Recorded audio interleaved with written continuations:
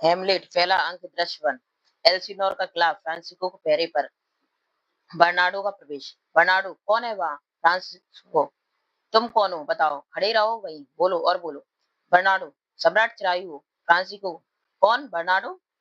Bernardo हाँ, मैं ही हूँ। फ्रांसिस्को तुम तो बिल्कुल ठीक समय पर आ गए हो। बर्नार्डो हाँ, 12 बज गए, अब तुम जाकर सो जाओ। फ्रांसिस्को फ्रांसिस्को इसके लिए बहुत बहुत धन्यवाद। बड़ी सर्दी पड़ रही है और मेरा जी बहुत कुछ घबरा सा रहा है। बर्नार्डो बर्नार्डो तुम्हारे पहरे के समय कोई खास घटना तो नहीं हुई घटी ना? तो फ्रांसिस्को नहीं, कुछ भी नहीं। बर्नार्डो अच्छा नमस्ते। अगर तुम्हें मेरे साथी पहरेदार होरेशियो और मार्शलस मिल जाएं तो उन्हें शीघ्रता से यहाँ आने को कहना। फ्रांसिस्को शायद वे आ रहे हैं। कौन कौन आता है यहाँ? यहाँ ठहर जाओ। होरेशियो और मार्शलस का प्रवेश। होरेशियो डेनमार्क के मित्र। मार्शलस और सम्राट के स्वामी भक्त सेवक। तुम्हारी जगह पहरे पर कौन आ गया? फ्रांसिस्को बर्नार्डो अच्छा नमस्ते। मार्शलस नमस्ते बर्नार्डो। बर्नार्डो नमस्ते क्यों मार्शलस? क्या होरेशियो भी वहां है? होरेशियो कुछ उस जैसा है तो। बर्नार्डो तुम दोनों का स्वागत है। मार्शलस क्या आज रात को वह प्रेत तुम्हें दिखाई नहीं दिया? बर्नार्डो बर्नार्डो नहीं। मार्शलस क्या आज रात को वह प्रेत तुम्हें दिखाई नहीं दिया? बर्नार्डो नहीं।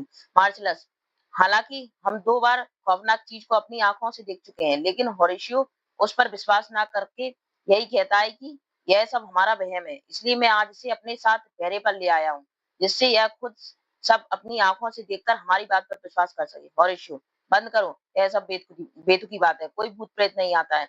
बर्नार्डो अच्छा तो आओ बैठो और मैं तुम्हें पिछली 2 रातों का सारा खौफनाक किस्सा सुनाता हूँ, चाहे तुम उस पर विश्वास करो या ना करो। होरेशियो अच्छा तुम आओ बैठकर बर्नार्डो का किस्सा सुने। बर्नार्डो कल रात की बात है। ध्रुव तारे की पश्चिम की दिशा में चमकने वाला तारा अपनी पूरी यात्रा करके उसी स्थान पर आ गया था जहां वह अब चमक रहा है। उस समय घंटे ने 1 बजाया था। तब मार्शलस और मैं प्रेत आता है। मार्शलस वह देखो वही प्रेत फिर आ रहा है। बंद कर दो यह कहानी, शांत हो जाओ।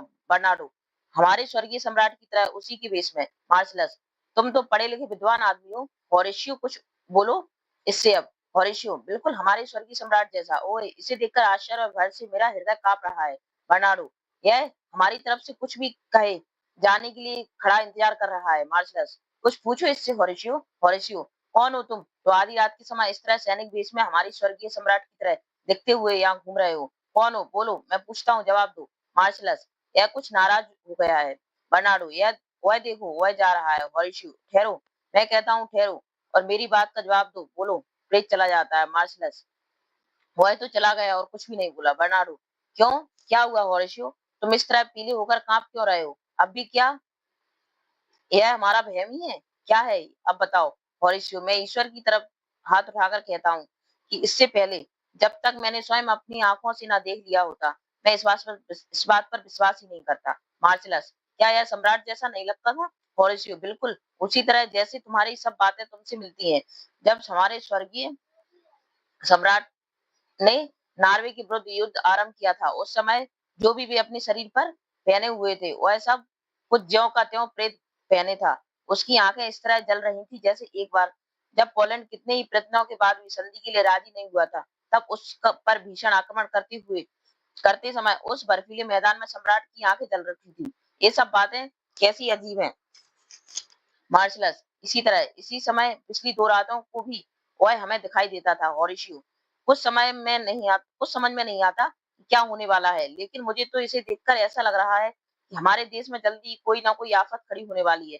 कुछ ना कुछ तूफान आने वाला है। मार्शलस अच्छा भाइयों आओ बैठ जाएं। मेरी समझ में यह नहीं आता कि यह रात को इतना कड़ा पहरा, रोजाना इतने गोले बारूद का बनना और फिर विदेशों से अस्त्र मंगाना, जहाज बनाने वालों से बिना कोई छुट्टी दिए इतनी कड़ाई से काम लेना और उनसे ज्यादा से ज्यादा जहाज तैयार कराना, इन सब तैयारियों का क्या मतलब है? क्यों रात और दिन ये युद्ध की सी योजनाएं चलती हैं? क्या तुम में से कोई भी मुझे यह बतला सकता है? होरेशियो जो भी अफवाहें मैं हुआ है तुम्हें बता सकता हूँ। नॉर्वे की सम्राट फोर्टिन ब्रास ने एक बार हमारे स्वर्गीय सम्राट को, जिसका प्रेत हमने अभी देखा है, लड़ाई के लिए चुनौती दी थी।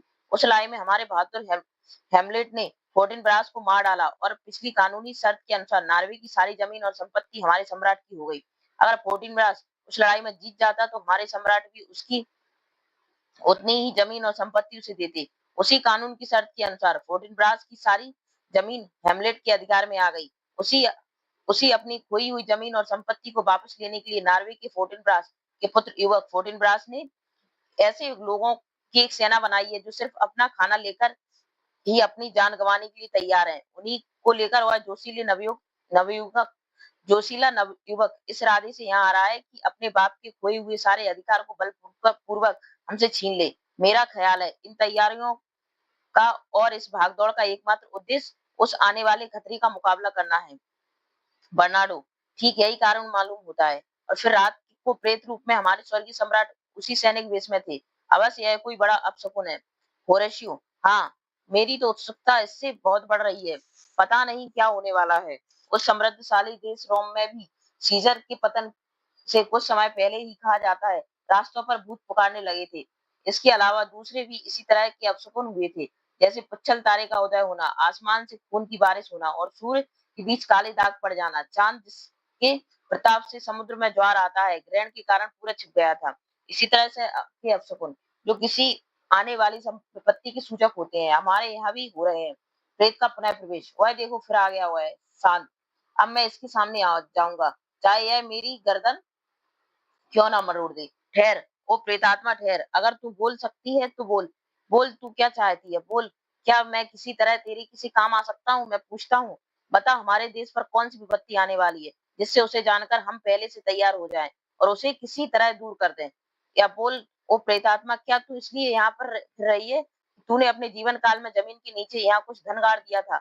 बता मुझे, क्यों तू इतनी बेचैन है? मुर्गा बोलता है, मैं कहता हूँ ठहर जा और मुझसे कुछ कहकर जा। मार्शलस, रोको इसे। मार्शलस, क्या मैं इसकी तरफ अपनी बर्छी मारूं? हॉरिशियो, हाँ हाँ मारो मार्शलस, पर इसे जाने मत दो। बर्नार्डो, वह रहा। हॉरिशियो, कहाँ वह रहा? मार्शलस, वो चला गया। प्रेतात्मा चली जाती है। हमें इससे इस तरह नहीं डरना चाहिए, क्योंकि यह तो कोई हवा है और इस पर गुस्सा या अधिकार दिखाना या इसकी तरफ बर्छी वगैरह कुछ फेंकना हास्यास्पद सा है। बर्नार्डो, यह कुछ बोलने ही वाली थी कि मुर्गे की ने बांग दे दी। हॉरिशियो, और तभी यह किसी अपराधी की तरह इस आवाज को सुनकर कांप उठी। मैंने सुना है मुर्गी की बांग यह बतलाने वाली होती है कि सुबह होने वाली है, और उसे सुनकर जहां भी प्रेतात्मा होती है फौरन वहां से भागकर फिर अपनी कब्रों में जाकर सो जाती हैं। उस प्रेतात्मा के इस तरह चले जाने से यह बात सच्ची मालूम होती है। मार्शलस, मुर्गे के बोलते ही प्रेतात्मा लुप्त हो गई। कहते हैं ईसा मसीह के जन्म की रात को एक मुर्गा रात भर बोलता रहा और उस समय कोई प्रेतात्मा बाहर निकलने का साहस नहीं करती। उस रात कोई तारा भी नहीं टूटता। रात शांत रहती है। उस समय परियों और डायनों में जादू करने की भी शक्ति नहीं रहती। ऐसा पवित्र है वह समय। हॉरिशियो, मैंने भी यही सुना है और मेरा इस पर कुछ विश्वास भी है। लेकिन देखो, पूर्व दिशा में दूर तक पहाड़ी के ऊपर आसमान में लाली छिटक आई है।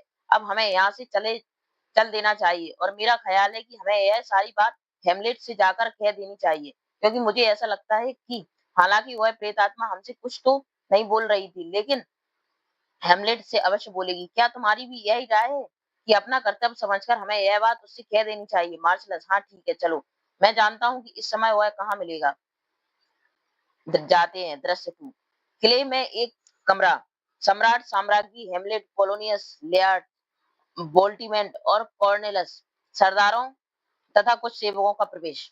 सम्राट, यदि हमारे बड़े भाई को इस संसार से गए हुए अभी कुछ ही दिन बीते हैं और चाहिए तो हमें यही था कि उनकी याद में सभी दिन रात आंसू बहाते रहते, लेकिन हमने अपनी बुद्धि के बल से अपने हृदय को इस महान शोक से इस तरह अपनी शक्ति छीन ना करने के लिए समझा लिया है।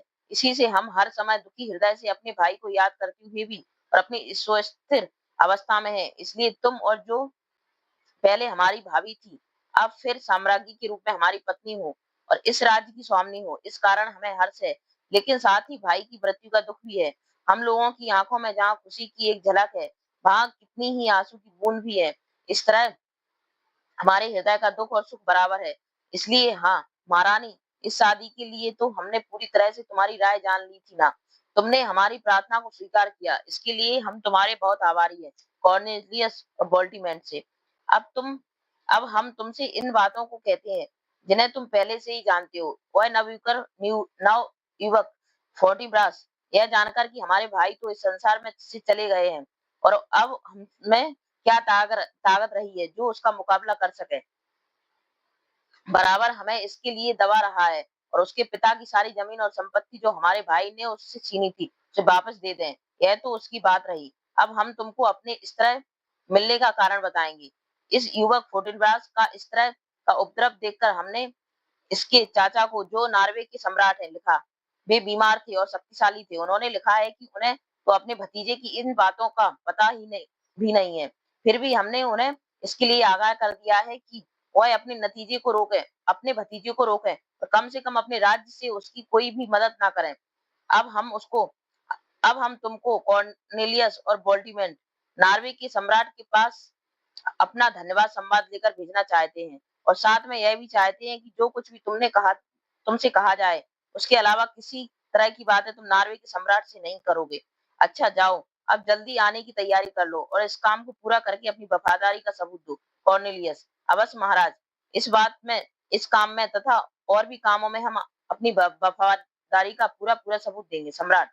हमें तुम्हारी बात पर भरोसा है। अच्छा जाओ, तुम्हारे साथ हमारी शुभकामनाएं। वोल्टीमेंट और कॉर्नेलियस जाते हैं। अच्छा लेओटस, अब तुम बोलो, क्या कहना चाहते हो थे तुम? अगर तुम्हारी प्रार्थना उचित हो तो विश्वास रखो, डेनमार्क से सम्राट तुम्हें कभी निराश न लौटाएंगे। हम अपनी तरफ से कुछ भी देकर तुम्हारी इच्छा पूरी करेंगे, क्योंकि हृदय और मस्तिष्क के बीच या हाथ और मुंह के बीच जितनी निकटता है उतनी ही तुम्हारे पिता और हमारे बीच है। बोलो लेआटस, हम तुम्हारी क्या इच्छा पूरी करें? लेआटस: मेरे शक्तिशाली स्वामी, मैं आपसे वापस फ्रांस जाने की आज्ञा चाहता हूँ। यद्यपि मैं आपके राज्याभिषेक के उत्सव में शामिल होने के लिए बड़ी उमंग के साथ यहाँ आया था, लेकिन चूंकि अब मेरा कर्तव्य पूरा हो चुका है, इसलिए मुझे फ्रांस की याद आती है। मेरे स्वामी, मैं आपसे यही आज्ञा चाहता हूँ। सम्राट: क्या तुम्हारे पिता की भी यही राय है? बोलो पोलोनियस, तुम भी तो कुछ बोलो। पोलोनियस: स्वामी, इसके लगातार मुझसे यह कहकर और बार बार प्रार्थना करके इसके लिए मुझे बाध्य कर दिया है और कि मैं इसे आज्ञा दे दूं, इसलिए मैं आपसे प्रार्थना करता हूं कि आप भी इसे जाने की आज्ञा दें। सम्राट: अच्छा लेटस, जाओ और खुशी के साथ अपने जवानी के दिन बिताओ। हमें उम्मीद है कि तुम अपने अच्छे व्यवहार के कारण हमेशा सुखी रहोगे। हाँ, तुम्हारा बेटा हेमलेट कैसा है? हेमलेट: एक संबंधी से कुछ अधिक हूँ और तुम्हारी जाति से कम। सम्राट: अब तुम अभी इतने चिंतित और दुखी क्यों हो? हेमलेट: तुम्हारे चेहरे पर दुख के बादल से घुमड़ रहे हैं। हेमलेट: नहीं श्रीमान, मैं तो बहुत अधिक सूर्य से के प्रकाश में हूँ। महारानी: मेरे अच्छे हेमलेट, शोक के द्योतक, अपने इन काले वस्त्रों को अब त्याग दो और अपने चाचा डेनमार्क के सम्राट से प्रेम करो। अब जमीन पर अपनी आंखें गाड़े अपने स्वर्गीय पिता को मत खोजते फिरो, क्योंकि तुम जो जानते हो, एक ना एक दिन मौत सभी की आती है। जो भी इस संसार में पैदा होता है वह यहाँ कुछ दिन रहकर एक दिन अवश्य ही छोड़कर चला जाता है। हेमलेट: जी हाँ श्रीमान जी, आप ठीक कह रहे हो। महारानी: फिर तुम क्यों इतने दुखी और चिंतित से दिखाई दे रहे हो? हेमलेट: दुखी और चिंतित सा नहीं श्रीमती, मैं वास्तव में दुखी हूँ। क्या आपको संदेह है? मैं कोई दिखावा नहीं करता। ओ माँ, मेरे हृदय में जितना दुख है उसे मेरे एक काले कपड़े और ये आंसू, अब चिंता से दबा हुआ चेहरा कुछ भी पूरी तरह व्यक्त नहीं कर सकते। ये चीजें दिखावा हो सकती हैं, लेकिन मेरा दुख इनके द्वारा नहीं जाना जा सकता। सम्राट: हेमलेट: यह देखकर कि तुम अपने स्वर्गीय पिता के लिए इतने दुखी हो, हम तुम्हारी इज्जत करते हैं। लेकिन क्या तुम यह नहीं समझते कि तुम्हारे पिता और दादा ने भी तो अपने पिता का स्वर्गवास होते हुए देखा था? उसके लिए पुत्र कुछ समय तक अवश्य दुखी रहता है, लेकिन उस दुख को किसी तरह ना भूलकर हमेशा अपने ऊपर चढ़ाए रखना तो ठीक नहीं लगता। यह एक पुरुष को शोभा देने वाली बात नहीं है। इससे यह मालूम होता है कि हम ईश्वर के नियम में विश्वास नहीं करते। हमारा हृदय शक्तिहीन हो चुका है। हमारे मस्तिष्क में कुछ भी सोचने विचारने की शक्ति नहीं रही है और इसमें किसी तरह की साधारण बुद्धि नहीं है, और है भी तो वह अपने निम्रतम रूप में है। जब हम यह जानते हैं कि मृत्यु अवश्य ही है, एक ना एक दिन तो प्रत्येक को आती ही है, तो फिर हमें इसके लिए इतना दुखी क्यों होना चाहिए? हम इसे अच्छा नहीं समझते हैं कि ईश्वर के नियम के विरुद्ध हम इस तरह से आंसू बहाएं। यह स्वर्गीय आत्मा और प्रकृति के विरुद्ध अपराध है। हेमलेट: इस सत्य को स्वीकार करने के पश्चात इस पर किसी तरह अधिक शोक मनाना बुद्धिमत्ता का काम नहीं लगता। यह मृत्यु का व्यापार तो सृष्टि के प्रारंभ से ही चल ही रहा है। इसलिए हम तुमसे कहते हैं कि अपने इस निरर्थक शोक को दूर कर दो और हमें अपने पिता की तरह ही समझो, क्योंकि हम तुम्हें अपना उत्तराधिकारी घोषित करना चाहते हैं, और जितना एक पिता अपने प्यारे पुत्र को प्यार करता है, उतना ही प्यार हम तुमसे करते हैं। फिर तुम जो बटनवर्ग वापस जाने की बात सोच रहे हो, हमारी इसमें कुछ दूसरी राय है। हम चाहते हैं कि तुम यही हमारे पास हमारे सबसे प्यारे संबंधी, हमारे पुत्र की तरह रहो। महारानी हेमलेट, तुम्हारी माँ भी यही चाहती है कि तुम वापस बटनवर्ग ना जाकर हमारे साथ यहीं रहो। हेमलेट, मैं आपकी आज्ञा का यथाशक्ति पालन करूंगा श्रीमती जी। सम्राट, हम तुम्हारा प्रिय उत्तर सुनकर अत्यधिक प्रसन्न है हेमलेट। हमारी यह इच्छा है कि तुम हमारी तरह सम्मानित होकर यहीं रहो। अच्छा महारानी, अब हमें चलना चाहिए। आज हेमलेट का इस तरह इस आज्ञा पालन देखकर हम इतने प्रसन्न हैं कि हम चाहते हैं कि जब हम इस प्रशंसा में पिए, तब तोपों की भीषण ध्वनि से आकाश को यह बता दिया जाए कि आज डेनमार्क का सम्राट अपने भतीजे के सम्मान में उत्सव मना रहा है। चलो महारानी चलें। हेमलेट, ओ ईश्वर, क्यों नहीं मेरा यह शरीर, जड़ शरीर, यह मांस का दूषित पिंड गलकर पानी की तरह बह जाता। क्यों नहीं ओ ईश्वर, क्यों तूने आत्महत्या के विरुद्ध प्राणी मात्र के लिए ऐसा कठोर नियम बना दिया है। कैसा निरर्थक है यह जीवन। इस संसार के सारे नियम, इतनी सारी गतिविधि कैसी दुखमयी है, दुखदाई है, कितना व्यर्थ है। हे ईश्वर, यह सब कुछ धिक्कार है मेरे घात पात से भरे इस उपवन पर, जहाँ पाप और भ्रष्टाचार के बीज बोए जाते हैं। ओह, यह संसार किन किन नीचताओं का घर है। यह इसकी यह स्थिति कैसी दुखदाई है। कितना आश्चर्य है कि मेरे पिता के मरे हुए 2 महीने ही बीते हैं, नहीं 2 महीने भी अभी तक नहीं हुए, और कैसे आदर्श सम्राट थे वे, कि वे इतना इस वर्तमान सम्राट से उनकी तुलना की जाए तो यह इसी तरह का है जैसे सूरवीर हाइपेरियन के सामने कामुक वन देवता। यह मेरी माँ से को इतना प्यार करते वह मेरी माँ को इतना प्यार करते थे कि हवा के झोंकों को भी उसके कोमल और सुंदर मुख से नहीं लगने देते थे। वो इस सम्राट बने हुए व्यक्ति और उसकी धरती और आकाश का अंतर है। पर क्या उन स्मृतियों से मैं अपनी आत्मा को इसी तरह कुचलता रहूं। क्या लाभ है इससे, जब मेरी वही माँ इस व्यक्ति की स्त्री बनी बैठी है। ऐसा लगता है कि मानो इसके हृदय में छिपी यह विलास की आग बुझ बुझ कर और भी दूनी गति से प्रज्वलित हो रही है, और मुश्किल से 1 महीना ही बीता है। वो नहीं, मुझे ऐसी घृणित बातें नहीं सोचनी चाहिए। वो कितनी घृणित जो चरित्रगण नीच चरित्रगत नीचता और दुर्बलता। तेरा ही नाम स्त्री है, केवल यह 1 महीना ही बीता है। ओ, एक दिन तो यही स्त्री न्यो तरह आंसू बहाती हुई मेरे पिता की अर्थी के पीछे पीछे चली थी, और अब वे जूते जिन्हें पहनकर यह कब्रिस्तान गई थी पूरी तरह फटे भी नहीं है कि इतने इसने दूसरे विवाह भी रचा लिया। ओ ईश्वर, तेरे संसार का जंगली पशु भी अपने प्रियतम के लिए इससे अधिक दिन तक आंसू बहाता, और फिर विवाह भी उससे, जो मेरे पिता की तुलना में कुछ भी नहीं। कितना आश्चर्य है, कैसी नीचता और कृतज्ञता। ओ, फिर इतनी शीघ्रता। स्वर्गीय आत्मा के विरुद्ध इतना बड़ा अन्याय, इतना बड़ा अपराध क्या एक ही पारिवारिक सूत्र में बने रहने वाले व्यक्ति कर सकते हैं। क्या यह उचित है। क्या इसमें कोई अच्छाई हो सकती है। नहीं नहीं, पर क्या करूं, परिस्थितियां मुझसे कहती हैं कि चुप हो जा हेमलेट, मत बोल, दबी रहने दे अपनी इन भावनाओं को। तो फिर मुझे डर है कि कहीं चलते चलते मेरे हृदय की गति बंद ना हो जाए। हॉरेशियो मार्शलस और बर्नार्डो का प्रवेश। हॉरेशियो, मैं श्रीमान को नमस्कार करता हूँ। हेमलेट, तुम्हें इस तरह कुशल पूर्वक देखकर मेरा हृदय प्रसन्न है। यह होरेशियो ही है ना, या मुझे इसका भ्रम है। होरेशियो, मेरे स्वामी, मैं आपका चिर सेवक होरेशियो ही हूँ। हेमलेट, तुम मेरे घनिष्ठ मित्र हो होरेशियो, लेकिन हाँ, तुम ब्रिटनबर्ग से कैसे आ गए। और मार्शलस, होरेशियो, मेरे स्वामी हेमलेट बर्नार्डो से। ओ, तुमसे खूब मिलना हुआ। नमस्कार। पर हाँ, क्या बात है, आप लोग विटनबर्ग से क्यों आए हैं। होरेशियो, मेरी तो इधर उधर घूमते फिरते फिरने की आदत ही है स्वामी। हेमलेट, क्या इस तरह की बात तो तुम्हारे विषय में मैं तुम्हारे शत्रु के मुंह से भी नहीं सुनूंगा, और यद्यपि तुम स्वयं कह रहे हो तो फिर भी मुझे विश्वास नहीं होता। मैं तुम्हें अच्छी तरह जानता हूँ कि तुम यूं ही आवारा फिरने वाले नहीं हो होरेशियो। लेकिन तुम क्या रहे हो, तुम यहाँ क्या कर रहे हो। इससे पहले कि तुम यहाँ से जाओ, मैं चाहता हूँ कि तुम्हारे राजदरबार में जो शराब का दौर चल रहा है, उसमें तुम पूरी तरह से भाग लो। होरेशियो, मेरे स्वामी, मैं तो आपके पूज्य पिता के निधन पर अपने आंसू बहाने आया हूँ। हेमलेट, ओ, इस तरह के व्यंग नहीं, इससे की हंसी ना इस तरह की हंसी ना करो मित्र। मैं जानता हूँ तुम मेरी माँ के विवाह उत्सव में भाग लेने आए हो। होरेशियो, यह भी आप ठीक कहते हैं स्वामी, क्योंकि यह भी आपके पिता के निधन के कुछ ही दिन बाद होना था। हेमलेट, समय और व्यय की बचत ही हुई है। होरेशियो, क्या हुआ? शोक मनाने वालों को दिन दिए जाने वाली उदासी से भरा हुआ वह भोज विवाहोत्सव के प्रतिभोज के रूप में लिया गया।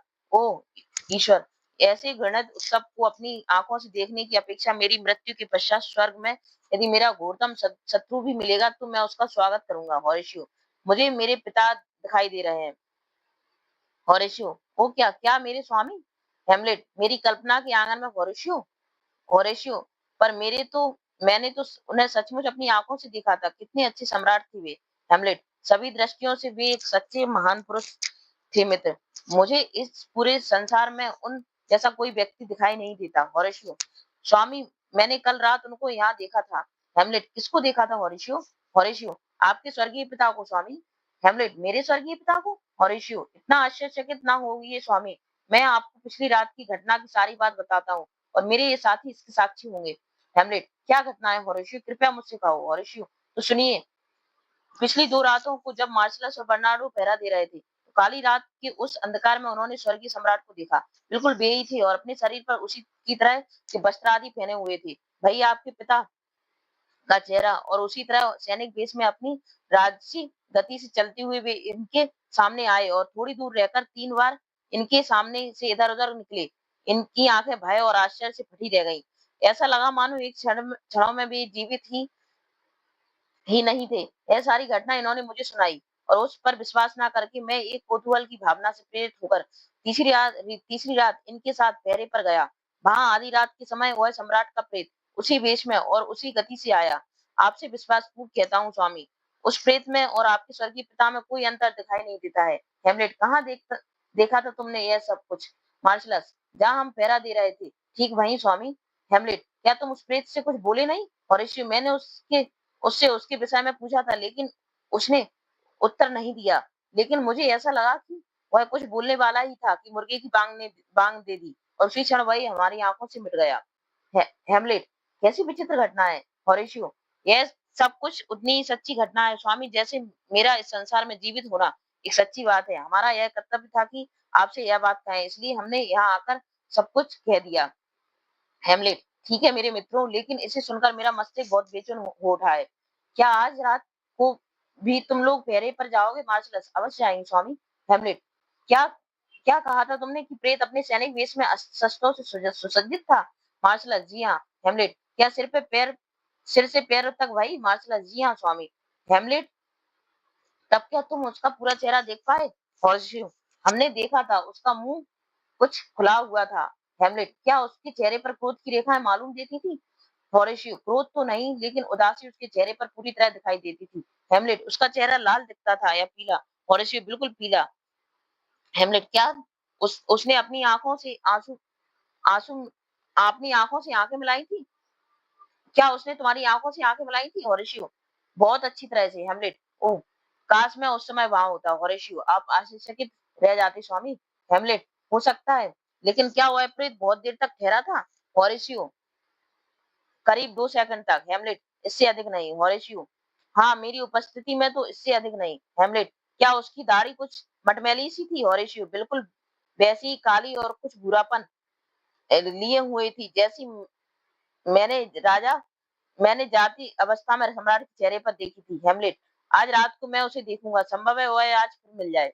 हेमलेट, अगर वह मेरे पिता के बेस में आएगा तो चाहे यमदूत भी क्यों ना हो, ना चुप रहने के कहा है, तो मेरी यही प्रार्थना है कि इसके बारे में किसी और से कुछ ना कहो। जो भी घटनाएं आज रात को घटे उससे जो कुछ भी तुम समझना चाहो समझ लेना, लेकिन बात को कहीं जाकर मत कहना। मैं तुम्हारी स्वामी भक्ति के लिए तुम्हें अच्छे पुरस्कार दूंगा। अच्छा, अब विदा। रात को 11-12 के बीच हम वहीं पहरे वाले स्थान पर मिलेंगे। हम सभी राजकुमार की आज्ञा का पालन पूरी तरह करेंगे। हेमलेट, जिस तरह मैं तुम लोगों को अपने हृदय से प्रेम देता हूँ, उसी तरह मुझे भी अपने प्रेम का पात्र समझो। अच्छा, विदा। होरेशियो मार्शलस और बर्नार्डो का प्रस्थान। मेरे स्वर्गीय पिता का प्रेत और उसी अपने सैनिक वेश में, इससे मालूम होता है कोई भीषण विपत्ति आने वाली है, कोई ना कोई तूफान उठने वाला है। मुझे संदेह है कि कोई काला कुचक्र अंदर ही अंदर चल रहा है। ओ काश रात के वे आने वाले क्षण सरक कर अभी मेरे सामने आ जाते। पर कैसे? तब तक के लिए शांत हो जा मेरे विचलित हृदय, शांत हो जा। कितने भी और कुचक्र पाप इस धरती पर क्यों ना चले आए, लेकिन एक ना एक दिन मनुष्य की आंखों के सामने वे अवश्य आकर ही रहते हैं। मनुष्य के घृणित कार्य अधिक दिन तक अपना मुंह छिपाए नहीं रह सकते, चाहे वह पूरी धरती ही उसको छुपाने का प्रयत्न क्यों ना करे। दृश्य 3। पोलोनियस के घर में एक कमरा। लियाट और ऑफिलिया का प्रवेश। लियाटस, अच्छा बहन, अब मैं जाता हूँ, मेरा सारा सामान जहाज तक पहुंच पहुंच चुका है। विदा। अब कभी भी तुम्हें उचित अवसर प्राप्त हो मुझे पत्र लिखना। ऑफिलिया, अवश्य भाई। लियाटस, जहां तक हेमलेट के प्रेम का संबंध है, इसके विषय में सोचना छोड़ दो बहन। उसे अपने यौवन का एक पागलपन ही समझो, एक क्षणिक है। ये तुम्हारी सारी मधुर कल्पनाएं कुछ ही समय बाद छार छार होकर बिखर जाएंगी। अवकाश के समय जी बहलाने का सौदा है यह बहन। ऑफिलिया, क्या इससे अधिक इसका कोई मूल्य नहीं है भाई। लेटस, बिल्कुल नहीं। क्या तुम नहीं जानती ऑफिलिया कि जब मनुष्य का भाव आकार बढ़ता है तो इसके साथ उसके मस्तिष्क और आत्मा की सीमाएं भी बढ़ती हैं। हो सकता है वह इस समय तुमसे सच्चा प्रेम करता है, पर पवित्र है। वह पवित्र है, पर क्यों? क्योंकि अभी तक कुत्सित और नीच अभिलाषाओं के काले धब्बे उसकी पवित्र आत्मा पर नहीं पड़े हैं। लेकिन तुम यह भूल जाती हो बहन कि वह राज्य परिवार का एक प्रमुख व्यक्ति है, राज्य का उत्तराधिकारी राजकुमार है। इसलिए उसका मन, उसकी यह पवित्र आत्मा अपने आप में स्वतंत्र नहीं है, उस पर उसकी परिस्थितियों के बंधन है। क्या यह संभव नहीं कि वह साधारण व्यक्तियों की भांति अपने जीवन को उस दिशा में न चला सके जहां वह चलाना चाहता है, क्योंकि उसके बेकार जनता के स्वार्थों के प्रतिकूल हो सकते हैं। इसलिए राज्य की मर्यादा का उसकी स्वेच्छा पर एक कठोर बंधन है बहन, और इसलिए राजकुमार होने के नाते वह वही कार्य करेगा जो इस मर्यादा को क्षण रख सकेंगे। इसी कारण मैं तुमसे कहता हूँ कि तुम्हारे प्रति उसका यह सारा प्रेम उसी सीमा तक जीवित रह सकता है जहां इसमें और इसकी अपनी उसकी अपनी परिस्थितियों के बीच किसी तरह का विरोध ना उठ खड़ा हो। राज की मर्यादा और जनता की इच्छा ही उसकी इच्छा है। तब तनिक सोचो तो नादान, कि अगर इस तरह का अंतर विरोध उठ खड़ा हुआ तो फिर तुम्हारा यह अटूट प्रेम, यह असीम श्रद्धा कहाँ जाएगी। वह आकर अपनी मधुर कल्पनाओं में अब तो तुम्हारे हृदय को रजाया करता है, और तुम उस भव्य कल्पना में विभोर होकर यह भूली जाती हो कि इस सब का अंत कैसा दुखदाई होगा। क्या होगा तुम्हारे सम्मान का, जिसे तुमने अभी उसकी बातों में आकर उसके पैरों पर बिछा दिया। मेरी प्यारी बहन, ये दुखदाई क्षण शीघ्र ही तुम्हारे सामने आने वाले हैं। कल्पना करो ऑफिलिया कि किस आग के साथ तुम खिलवाड़ कर रही हो। यह तुम्हारे सारे जीवन को जलाकर खाक कर देगी। तुम्हारी सारी मधुर कामनाएं एक झोंके के साथ ना जाने कहीं उम जाएंगी। कोई अत्यंत सुशील और चरित्रवान स्त्री भी अकेले में अपने प्रेमी से मिले तो उस पर भी चंचलता और क्षुद्रता का अभियोग लगाया जा सकता है। तुम नहीं जानती कि मनुष्य के गुण, उसकी पवित्रता इस संसार में झूठे दोषारोपण से नहीं बच सकते। जिस तरह बसंत के छोटे छोटे सुंदर पौधे प्राय कीड़े के खाने से नहीं बचते, उसी तरह यौवन की कच्ची अवस्था कभी भी इस तरह से दूषित वातावरण से नहीं बच सकती। इसलिए मेरी प्यारी बहन, सावधानी से इस जीवन की कठिन राह पर चलो। सदैव भय की कल्पना अपने हृदय में रखो, वही तुम्हें इस तरह के कलंक के मार्ग से दूर रख सकती है। जब इस तरह का कोई बंधन इस अवस्था में नहीं रहता तो मनुष्य स्वेच्छाचारी हो जाता है। उसका जो परिणाम होता है वह तुम जानती ही हो। ऑफिलिया, भाई, मैं आपकी बातों को एक अमूल्य देन समझूंगी और उनसे अपनी इस स्वेच्छा की सीमाएं जानकर आपके लिए बंधन को भी स्वीकार कर लूंगी। लेकिन मेरे प्रिय भाई, तुम उन व्यक्तियों की तरह तो मुझे उपदेश नहीं दे रहे हो ना, जो दूसरों को तो मुक्ति का मार्ग बताते हैं, लेकिन स्वयं अपने जीवन में उस मार्ग को ना अपनाकर पाप अनाचार से भरी हुई अपनी इच्छाओं के दास बनकर रहते हैं। लेटस, मेरे बारे में तुम इस तरह की बात सोच रही हो? नहीं ऑफिलिया, इस शंका को दूर कर दो। लो, पिताजी आ रहे हैं। मैं तो बातों ही बातों में अधिक देर तक ठहर गया। पोलोनियस का प्रवेश। दूसरी बार उनका आशीर्वाद पाने के लिए ही मैं इतनी देर यहाँ ठहर गया हूँ। इस बार पिताजी से फिर जाने के लिए आज्ञा मांगने में और भी अधिक आनंद है। फिर मैं क्यों इससे वंचित रहूं। पोलोनियस, लियाटस, तुम अभी तक यही हो? जल्दी करो, देखो अनुकूल दिशा में वायु बहने लगी है और बेसभी जहाज अब तुम्हारी प्रतीक्षा कर रहे हैं। जाओ, जल्दी जाओ। मेरी शुभकामनाएं सदैव तुम्हारे साथ रहेंगी। मेरी इन कुछ छोटी लगने वाली गुण बातों को सुनते जाओ और सदैव इन पर अपना जीवन समझना। पहली बात है, कभी अधिक मत बोलो और किसी भी कार्य में अति शीघ्रता नहीं करना। अन्य व्यक्तियों से मित्रता करना, लेकिन अपने आप को उनकी दृष्टि में सस्ता मत बना देना।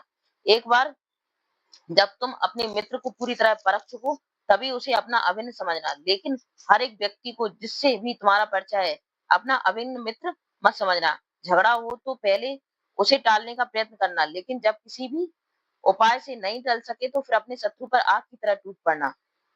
कानों से सबकी सुनना, लेकिन करना वही जो अपने मन को भाए। और हाँ, दूसरों के मन की बात जान लेना, लेकिन अपने मन का भेद उन्हें मत बताना। अपने रहने, खाने और कपड़े वगैरह की में खर्च करते समय एक सिद्धांत को सदैव अपने मस्तिष्क में रखना कि तेते पांव पसारिए जेती लंबी सौर।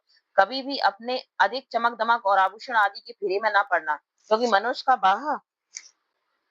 बाह्य स्वरूप उसके अंतर की पूरी सूची होती है। फ्रांस के उच्च कुलों के व्यक्तियों को इस तरह की चमक दमक और फिजूल खर्ची का अधिक चाव होता है। इस बात का अपने जीवन में प्रण कर लेना कि ना तो किसी से उधार लो, ना किसी को दो, क्योंकि उधार लेने से फिर मनुष्य का हाथ बेकार से खर्चों में खुल जाता है। अंत में सबसे बड़ी बात यह है कि अपनी अंतरात्मा के प्रति सदैव सच्चे रहो। मैं विश्वास पूर्वक कहता हूँ कि तुम प्रत्येक व्यक्ति के प्रति सच्चे सिद्ध होंगे।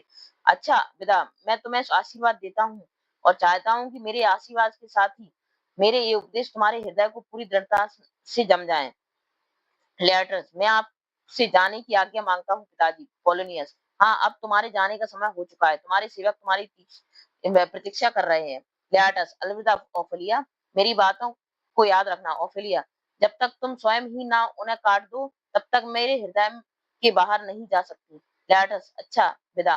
पोलोनियस, क्या कहा था इसने तुमसे ओफेलिया? ओफेलिया, राजकुमार हेमलेट के बारे में पिताजी। पोलोनियस, हेमलेट के बारे में? ठीक किया उसने। अभी कुछ समय पहले ही मुझे मालूम हुआ है कि वह अकेले में तुमसे मिलने आता है। तुम बड़ी उत्सुकता से उसकी प्यार भरी बातों को सुना करती हो। अगर बात ठीक है तो मैं समझता हूँ कि यह सब ठीक ही है। तो समझ लो ओफिलिया, तुम अपने और अपने पिता के सम्मान के अनुकूल यह उचित कार्य नहीं कर रही हो। अच्छा, मुझसे साफ साफ कहो कि तुम दोनों के संबंध कहाँ तक है? ओफिलिया, यही पिताजी कि बहुत दिनों से वह मुझसे प्रेम करता है और इसी भावना से प्रेरित होकर प्रेम पत्र भी लिखता है। पोलोनियस, प्रेम? छी, तुम अपने जीवन के इस कठिन संघर्ष में अभी नादान हो ओफिलिया। क्या तुम समझती हो कि प्रेम पत्र सच्चे हैं? क्या हेमलेट तुमसे सचमुच प्रेम करता है? ओफिलिया, मैंने उसके बारे में अपनी कोई निश्चित धारणा नहीं बनाई है पिताजी। ओफिलिया, पोलोनियस, तो फिर मैं बताता हूँ। उस तरह काम करो, यह सोच लो कि जिस तरह कोई झूठे सिक्के देकर एक छोटी सी बच्ची को ठग लेता है, उसी तरह तुम्हारे साथ धोखा हो रहा है। इस छोटे प्रेम व्यवहार में अपना मूल्य पहचानो बेटी, नहीं तो भगवान ना करे इस तरह ना समझ बनकर तुम मेरा भी मूल्य घटाकर मुझे पूरी तरह एक मूर्ख ही सिद्ध करोगी। ऑफिलिया, लेकिन पिताजी, उसके इस प्रेम व्यवहार में मेरे प्रति एक अटूट सम्मान की भावना है। पोलोनियस, हाँ, तुम ठीक कहती हो। बेहूदगी यही है तो प्रचलित ढंग जो तो प्रचलित ढंग है। यह सब बेकार है बेटी, इसमें कोई सार नहीं। ओफिलिया, और जब भी उसने मुझे वचन दिए हैं तभी भगवान को साक्षी बनाया है।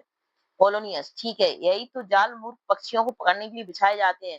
मैं इस पवित्र भावनाओं और सच्चे विचारों से भरे हुए प्रेमियों की बातों को अच्छी तरह जानता हूँ। ये सब झूठी मसाले हैं बेटी, जो सिर्फ दूर से चमकती हैं लेकिन अपने अंदर कोई सामर्थ्य नहीं रखती। जैसे ही वे कुछ होने के लिए उद्यत होती हैं, उसी क्षण ना जाने कहाँ भी खो जाती हैं। इसलिए मैं कहता हूँ कि हेमलेट, इस दिखावे को तुम सच्चा प्रेम समझने की भूल मत करो। अभी से यह नियम बना लो कि जब कभी भी वह तुमसे मिलने की इच्छा प्रकट करे, तभी उससे मिलकर उत्सुकता मत व्यक्त करो, बल्कि उस इसी क्षण से उसे अपने हृदय से निकालकर अपने बारे में अधिक सोचो। क्या तुम भूल जाती हो अफिलिया?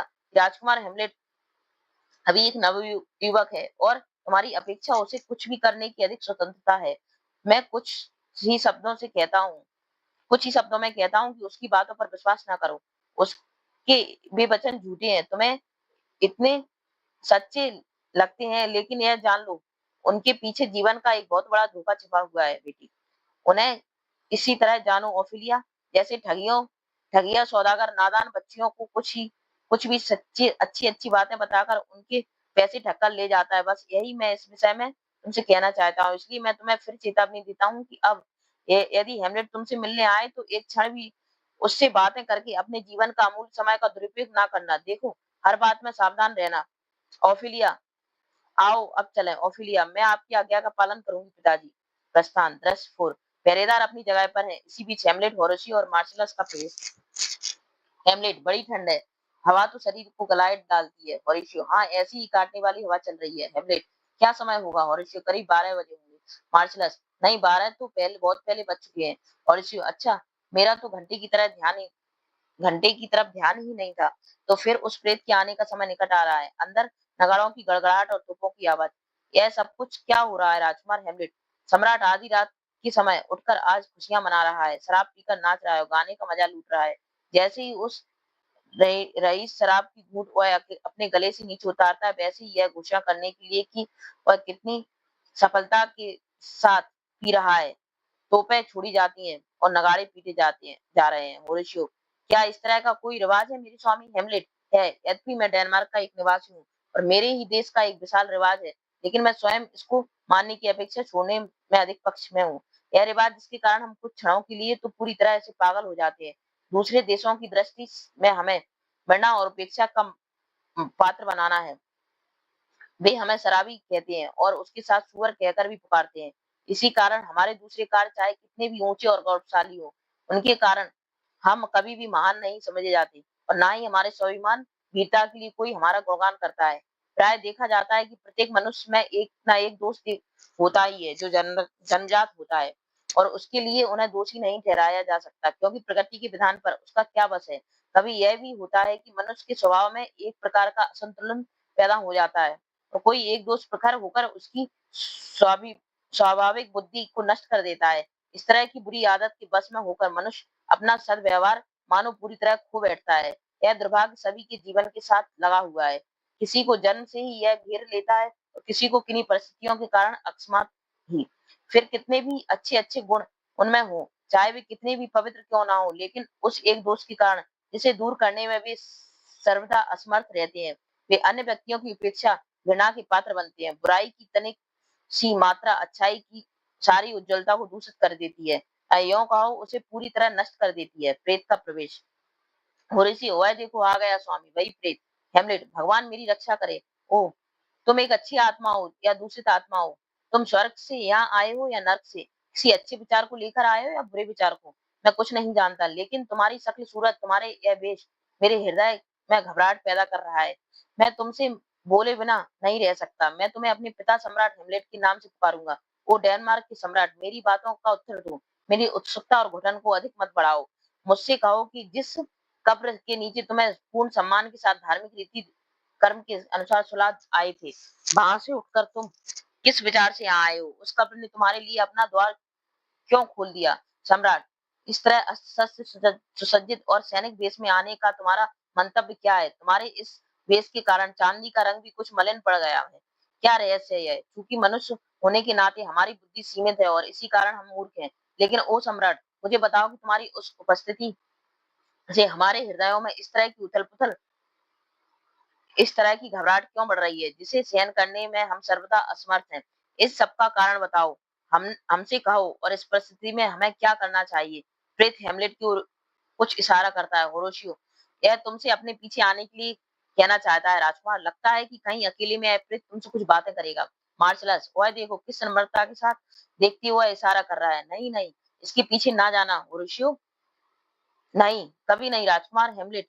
लेकिन यहाँ तो यह कुछ बोलेगा नहीं, इसलिए मुझे इसके पीछे अवश्य जाना चाहिए। मॉरिशियो, नहीं राजकुमार, आप नहीं जाएंगे। हेमलेट, क्यों नहीं? डरने की क्या बात है?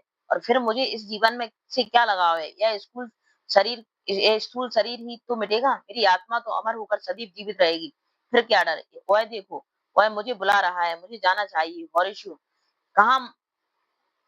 मान लो राजकुमार, यह प्रेत तुम्हें लेकर समुद्र में घुस जाए या किसी ऊंची पहाड़ी पर जो ठीक समुद्र के वक्ष स्थल पर खड़ी हो ले जाए और वहां जाकर अपना कोई ऐसा भयानक रूप बना ले कि तुम्हारा मस्तिष्क अपना संतुलन पूरी तरह खो बैठे, तब क्या होगा?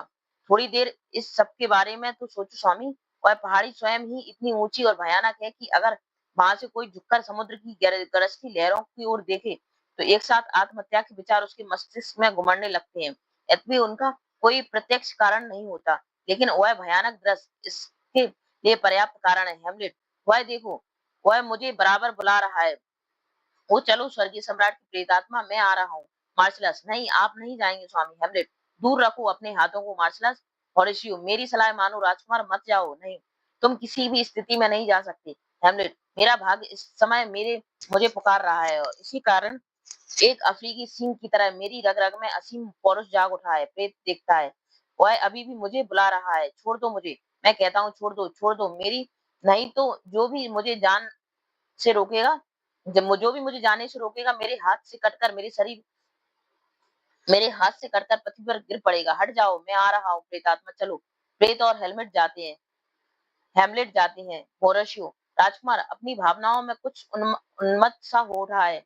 मार्शलस, चलो, हमें उसके पीछे चलना चाहिए। इन भयभीत क्षणों में हम उसकी आज्ञा मानकर यहाँ खड़े नहीं रह सकते। होरेशियो, हाँ चलो।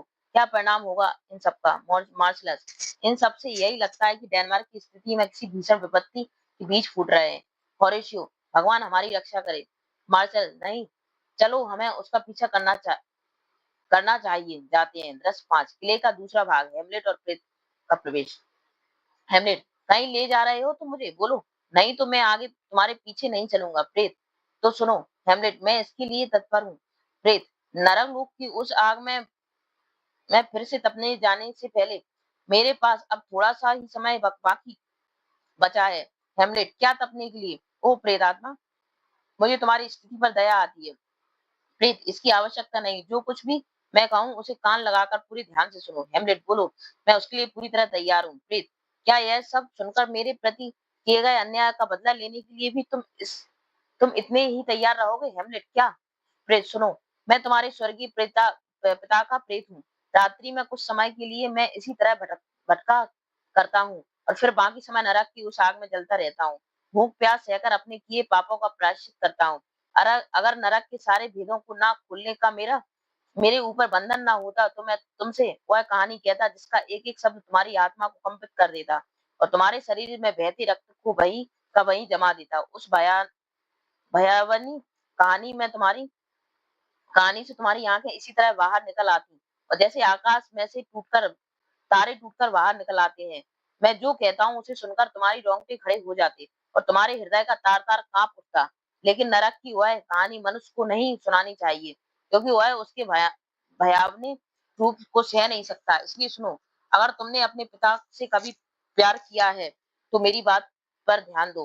हेमलेट, ओ ईश्वर। प्रेत, अपने पिता की इस विचित्र और स्वाभाविक हत्या का बदला लो। हेमलेट, क्या हत्या?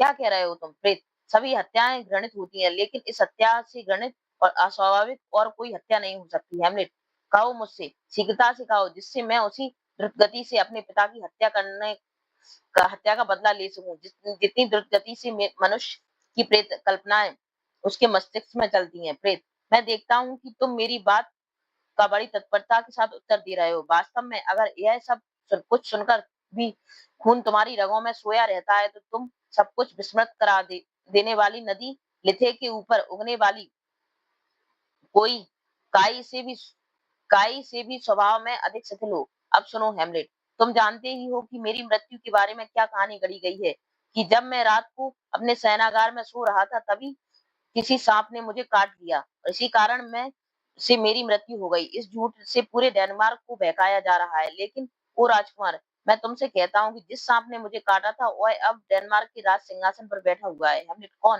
तुम्हारा मतलब मेरे चाचा से है? ओ ईश्वर, मेरी आत्मा भी बार बार यही पुकार कर कहती थी। प्रेत, उस दुष्ट ने अपनी दृष्टता और झूठे वाक्य चातुर्य से मेरी रानी के हृदय को जीत लिया और वह रानी हेमलेट जो बाहर से इतनी पवित्र और सुशील लगती थी, उसकी जघन्य वासना को पूरी तरह दासी बन गई। और वो कितने दुख की बात है कि एक मनुष्य की सारी बुद्धि और उसके गुण पतन की उस सीमा तक पर पहुंच जाते हैं कि वे एक स्त्री को इस दृष्टता से वासना के जाल में फंसा लें। ओ हेमलेट, वह स्त्री जो तुम्हारी माँ बनती है, प्रेम की इस पागलपन में इतनी पतित कैसे हो गई? कैसा आश्चर्य है कि वह मेरे इतने महान और पवित्र प्रेम की छाया से निकलकर उस नीच की कलुषित वासना की संतुष्टि का साधन बन गई, जिसके गुण और शील में मुझसे कोई तुलना ही नहीं है। लेकिन सत्य का सबसे बड़ा गुण होता है कि चाहे कुत्सित वासनाएं कितनी भी पवित्र रुख रुख रख कर इसको अपने मार्ग से विचलित करने आए, पर यह विचलित नहीं हो सकता। लेकिन कृतज्ञता और दृष्टता चाहे विवाह के कितने ही पवित्र और देवी संबंधों का आवरण लिए हुए हो, दूसरे ही क्षण पाप की काली छाया उन पर मंडराने लगती है।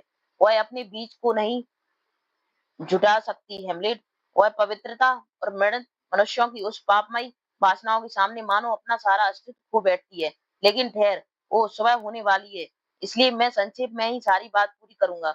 जब मैं अपने राज्य कार्यों से अवकाश पाता था तो मैं अपने उपवन के एक कुएं कुंज में विश्राम किया करता था। एक रात जब मैं सो रहा था, यहीं क्लॉडियस चोर की तरह छिपे छिपे आया।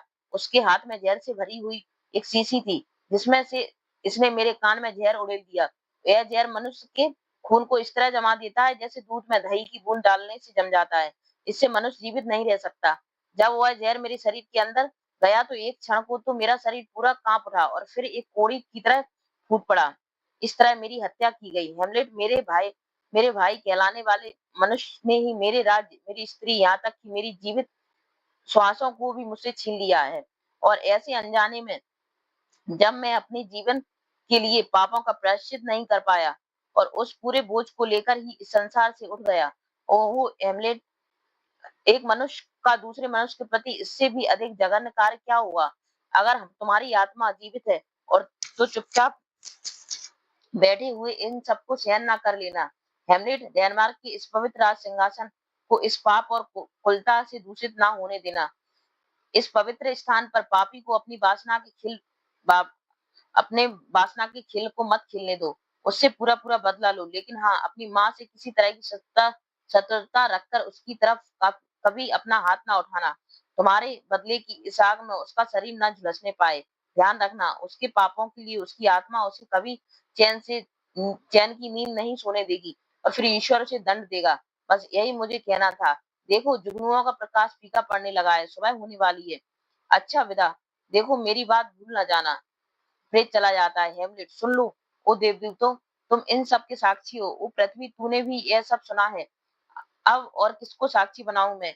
नरक को भी। और कितना घृणित, ओ कितना नीच कर मेरे हृदय की मजबूत दीवारों और टूट ना जाना। वो मेरे शरीर की नाड़ियां यह सुनकर शिथिल ना हो जाना। मुझे वह अटूट शक्ति दो जिससे मैं अपने वचन से ना डूबूं। क्या तुमने कहा कि मेरी बातों को भूल ना जाना? नहीं। ओ दुखी प्रेतात्मा, जब तक मेरी स्मृति तेरे मस्तिष्क में जीवित रहेगी तब तक तेरी बातों को कभी नहीं भूल सकता। ओ, मैं अपने मस्तिष्क से दर्शन और शास्त्रों की सारी बातों को कूड़ा करकट समझकर बाहर फेंक दूंगा, लेकिन तेरी बातों को एक अमूल्य निधि समझकर सदैव जीवित रहूंगा। विस्मृति का आंचल उनके पर कभी नहीं पड़ने दूंगा। यह मैं तुझे वचन देता हूँ। ओ दुष्चरित और दुष्ट स्त्री, ओ घृणित और सुंदर मुख वाली विश्वासघातनी, ओ यह सब क्या? मैं अपनी पुस्तक के प्रथम पृष्ठ पर लिखे देता हूँ कि होठों पर मुस्कुराहट लिए हुए कि मनुष्य अपने हृदय में पाप की कटार छिपाए हुए उसे दूसरों के कलेजों में भोंक सकता है। कम से कम डेनमार्क के लिए तो यह सत्य है। लिखता है, ओ चाचा, मैंने तेरे चरित्र को इन शब्दों के अंदर पूरी तरह व्यक्त कर दिया है। अब मैं फिर प्रेत क्यों नहीं बात शब्दों को याद करता हूँ। विदा, मेरी बातों को भूल मत जाना। कभी नहीं। मैंने प्रतिज्ञा की है कि मैं कभी नहीं भूलूंगा। हॉरेशियो अंदर से, राजकुमार, राजकुमार मार्शलस अंदर से, राजकुमार हेमलेट। हॉरेशियो अंदर से, ओ ईश्वर उनकी रक्षा करें। हेमलेट, ऐसा ही हो। हॉरेशियो अंदर से, कहीं है राजकुमार आप? कहाँ है राजकुमार आप? हेमलेट, यहाँ आओ मित्रों, यहाँ आ जाओ। हॉरेशियो और मार्शलस का प्रवेश। और मार्शलस, क्या घटना हुई मेरे स्वामी? हॉरेशियो, आपका चित्र तो ठीक है ना? हेमलेट, ओ आश्चर्यजनक रहस्य, क्या कृपया हमें बताएंगे?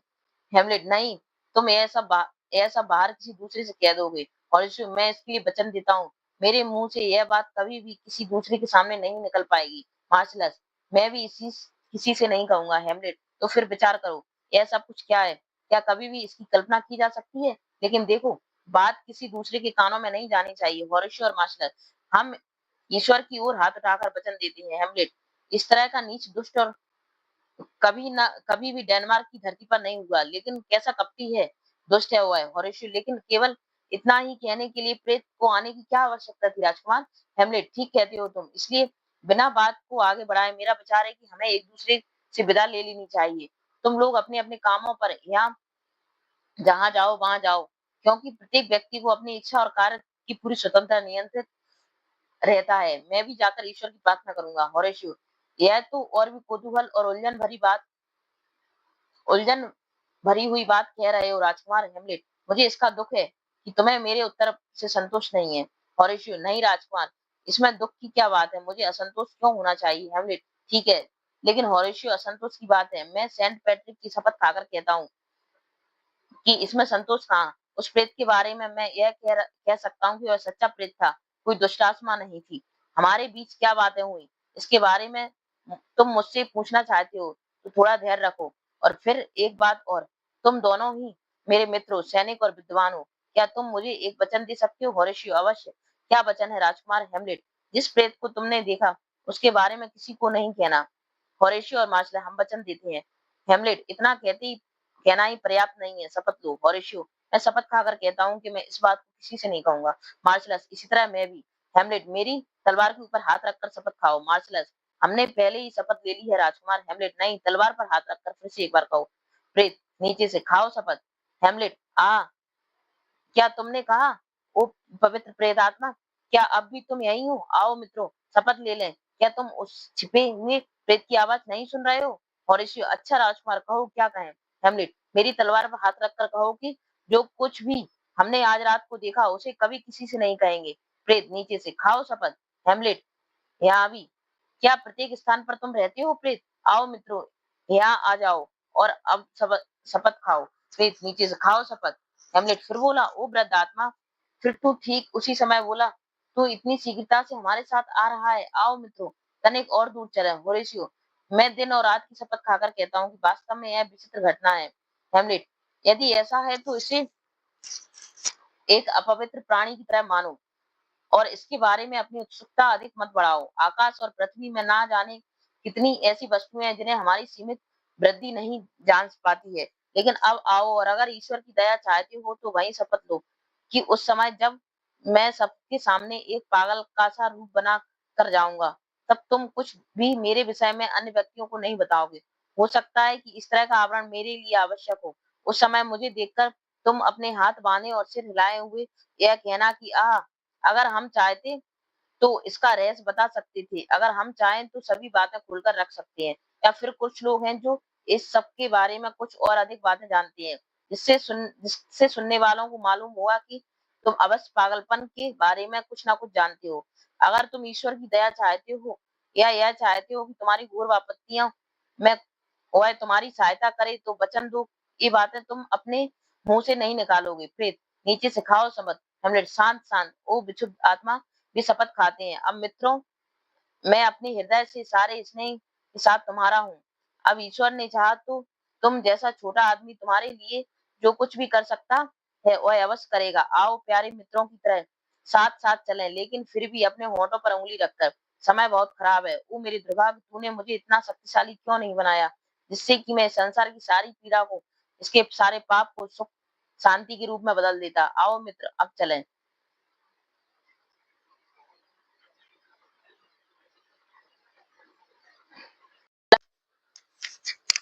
हेमलेट, अंक दूसरा। दृश्य वन, पोलोनियस का घर और पोलोनियस और रोनाल्डो का प्रवेश। पोलोनियस, रोनाल्डो, इस पैसे को और इन पात्रों को लियाटस को जाकर देना।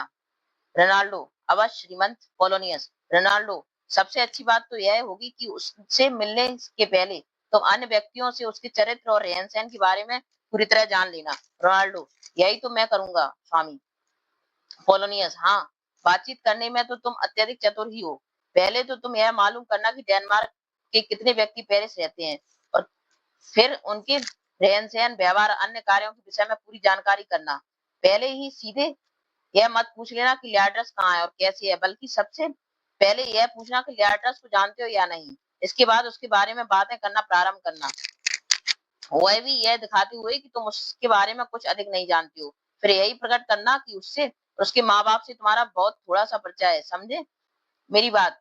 तो रोनाल्डो, अच्छी तरह श्रीमंत। पोलोनियस, तुम यह कहना कि लियाटस से तुम्हारा थोड़ा परिचय है, लेकिन पूरी तरह तुम नहीं जानते हो। और अगर वही आदमी लियाटस है जिसकी ओर तुम्हारा संकेत है, तो वह तो बहुत आवारा है और कई दुर्गुणों का शिकार है। इस तरह का झूठा दोषारोपण तुम उसके ऊपर कर सकते हो, लेकिन इसका पूरा पूरा ध्यान रखना कि इससे उसके सम्मान पर कोई धक्का ना आने पाए। तुम तो केवल नवयुवकों के ऐसे दोषों की बातें करना जो उनके ऊपर किसी तरह का नियंत्रण ना रहने से बढ़ जाता है।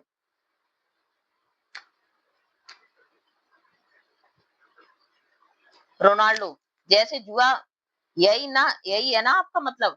पोलोनियस, हाँ, या शराब पीने, लड़के के झगड़ने, औरतों के पीछे फिरने, झूठी सौगंध खाने की आदत, यह सब बातें तुम कह सकते हो रोनाल्डो, लेकिन तब इस सिख के सम्मान को धक्का धक्का पहुंचेगा। श्रीमान पोलोनियस, हाँ, जब भी यह दोषारोपण करो तो उसके साथ यह ना कहना कि वह खुले रूप से इन व्यसनों में पड़ा हुआ है, बल्कि इसी तरह की बातें करना जिससे मालूम हो कि ये सारे दोष अनियंत्रित यौवन अवस्था के ही है, और यह होना अति अस्वाभाविक है, क्योंकि नव युवकों का मस्तिष्क प्राय अत्यधिक स्वेच्छाचारी रोतावला होता है। उनमें अच्छा बुरा सोचने समझने की क्षमता नहीं होती। रोनाल्डो फिर स्वामी पोलोनियस, मैं यह सब कुछ कहने के लिए तुमसे क्यों कह रहा हूँ? रोनाल्डो, वही तो मैं जानना चाहता हूँ श्रीमान पोलोनियस। माता मेरी शपथ खाकर कहता हूँ मैं मेरी माता की शपथ खाकर कहता हूँ कि रोनाल्डो, यह मेरा उद्देश्य है और मैं समझता हूँ सफलता पाने का यह सबसे अच्छा साधन है। तुम इन दोषों का उसके चरित्र पर इस तरह आरोप लगाना जिससे यह मालूम हो कि वह बुरी आदतों के कारण ही कुछ बिगड़ गया है। इससे तुम देखोगे कि जिस व्यक्ति से तुम बातें कर रहे हो वह यदि लेटेस्ट के इन दोषों के बारे में कुछ जानता होगा तो अवश्य कहेगा कि हाँ श्रीमान, आपकी बात ठीक है। अपने देश की रीति के अनुसार तुम्हें संबोधित करके अवश्य तुम्हारी बात से अपनी सहमति प्रकट करेगा। रोनाल्डो, मैं समझ गया श्रीमान पोलोनियस। और जब वह यह कहे, क्या क्या कहा था मैंने? मैं अभी कोई खास बात कहने जा रहा था, यही मैंने बात समाप्त की थी, कहीं मैंने बात समाप्त की थी।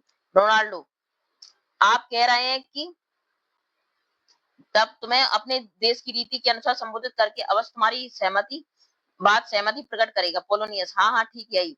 तब वह बड़े विश्राम के साथ तुमसे कहेगा, बड़े विश्वास के साथ तुमसे कहेगा, मैंने कल या किसी दिन उसे उस जगह पर हुआ जुआ खेलते हुए पाया, या शराब पिए हुए देखा, या टेनिस खेलते हुए झगड़ा करते हुए देखा, या फिर भी संभव है कि वह कहे मैंने उसे वेश्या के घर या किसी बदनाम स्त्री के घर जाते देखा। अब समझे कुछ तुम मेरा मतलब? जैसे कांटे में फंसे हुए मरे कोई को देखकर मछली उस पर अपना मुंह डालती है और कांटे में अटक जाती है, उसी तरह वो व्यक्ति भी तुम्हारी इन बातों को सुनकर सबसे इसी सबसे इसी तरह कहेगा मानो कि यह सब कुछ सत्य है। इस तरह बुद्धिमानी और दूरदर्शिता से हम अपने उद्देश्य को पूरा करके सीधा मार्ग पा लेंगे, और इस तरह टेढ़ी मेढ़ी बातें बनाकर सही स्थिति के बारे में पूरी तरह जान पाए जाएंगे। इसलिए मेरे बताए मार्ग पर चलकर तुम मेरे पुत्र के बारे में सभी बातों का पता लगाओ, समझे?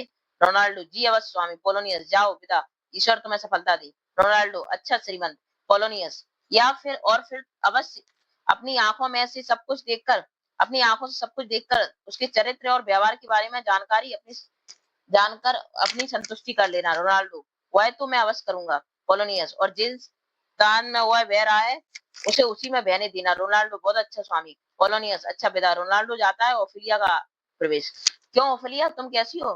क्या बात है, तुम इस तरह खड़ी हुई हो? ओफिलिया, पिताजी मैं बहुत डर गई हूँ। पोलोनियस, किससे? भगवान के लिए मुझे बताओ। ओफिलिया, जब मैं कमरे में मैं सो रही थी श्रीमान, हेमलेट खुला, डबलेट पहने, बिना टॉप के मैले मोजे पहने जिनमें फीते भी ना थे और इसी से जो टखनों तक गिर गए थे, मैली कमीज पहने, पीला चेहरा किए, लड़खड़ाए घुटनों से, पागल किसी घबराई दृष्टि लिए ऐसे आ गए वहां जैसे नरक की भीषात्माएं देख आए थे।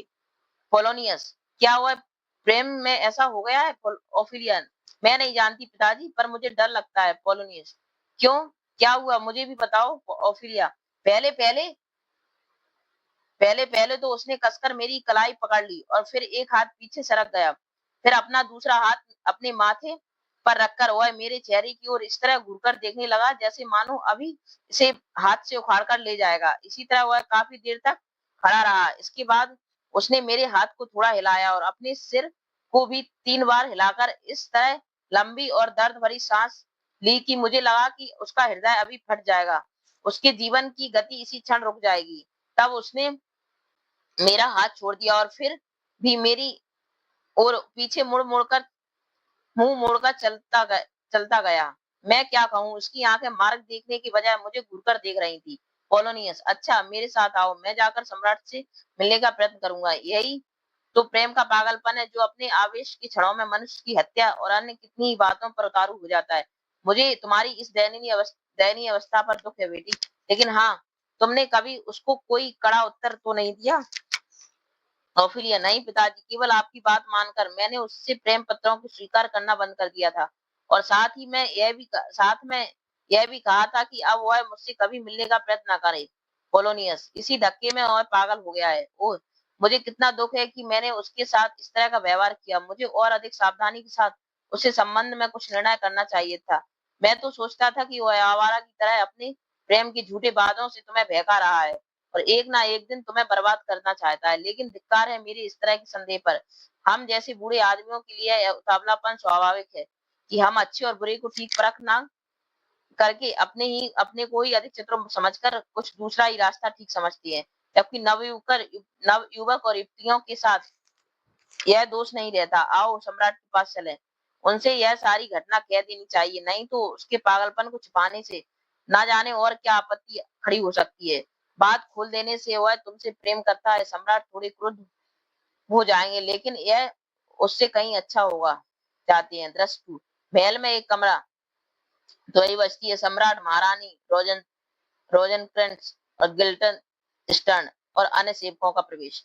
सम्राट रोजनक्रेंट्स और गिल्डरस्टन, तुम्हारा स्वागत है। हम तुमसे मिलने को बहुत उत्सुक हैं। अभी इतने शीघ्र हमने तुम्हें एक विशेष कार्य से बुलाया है। तुमने हेलमेट के बारे में तो सुना ही होगा। उसके मस्तिष्क की क्या स्थिति है?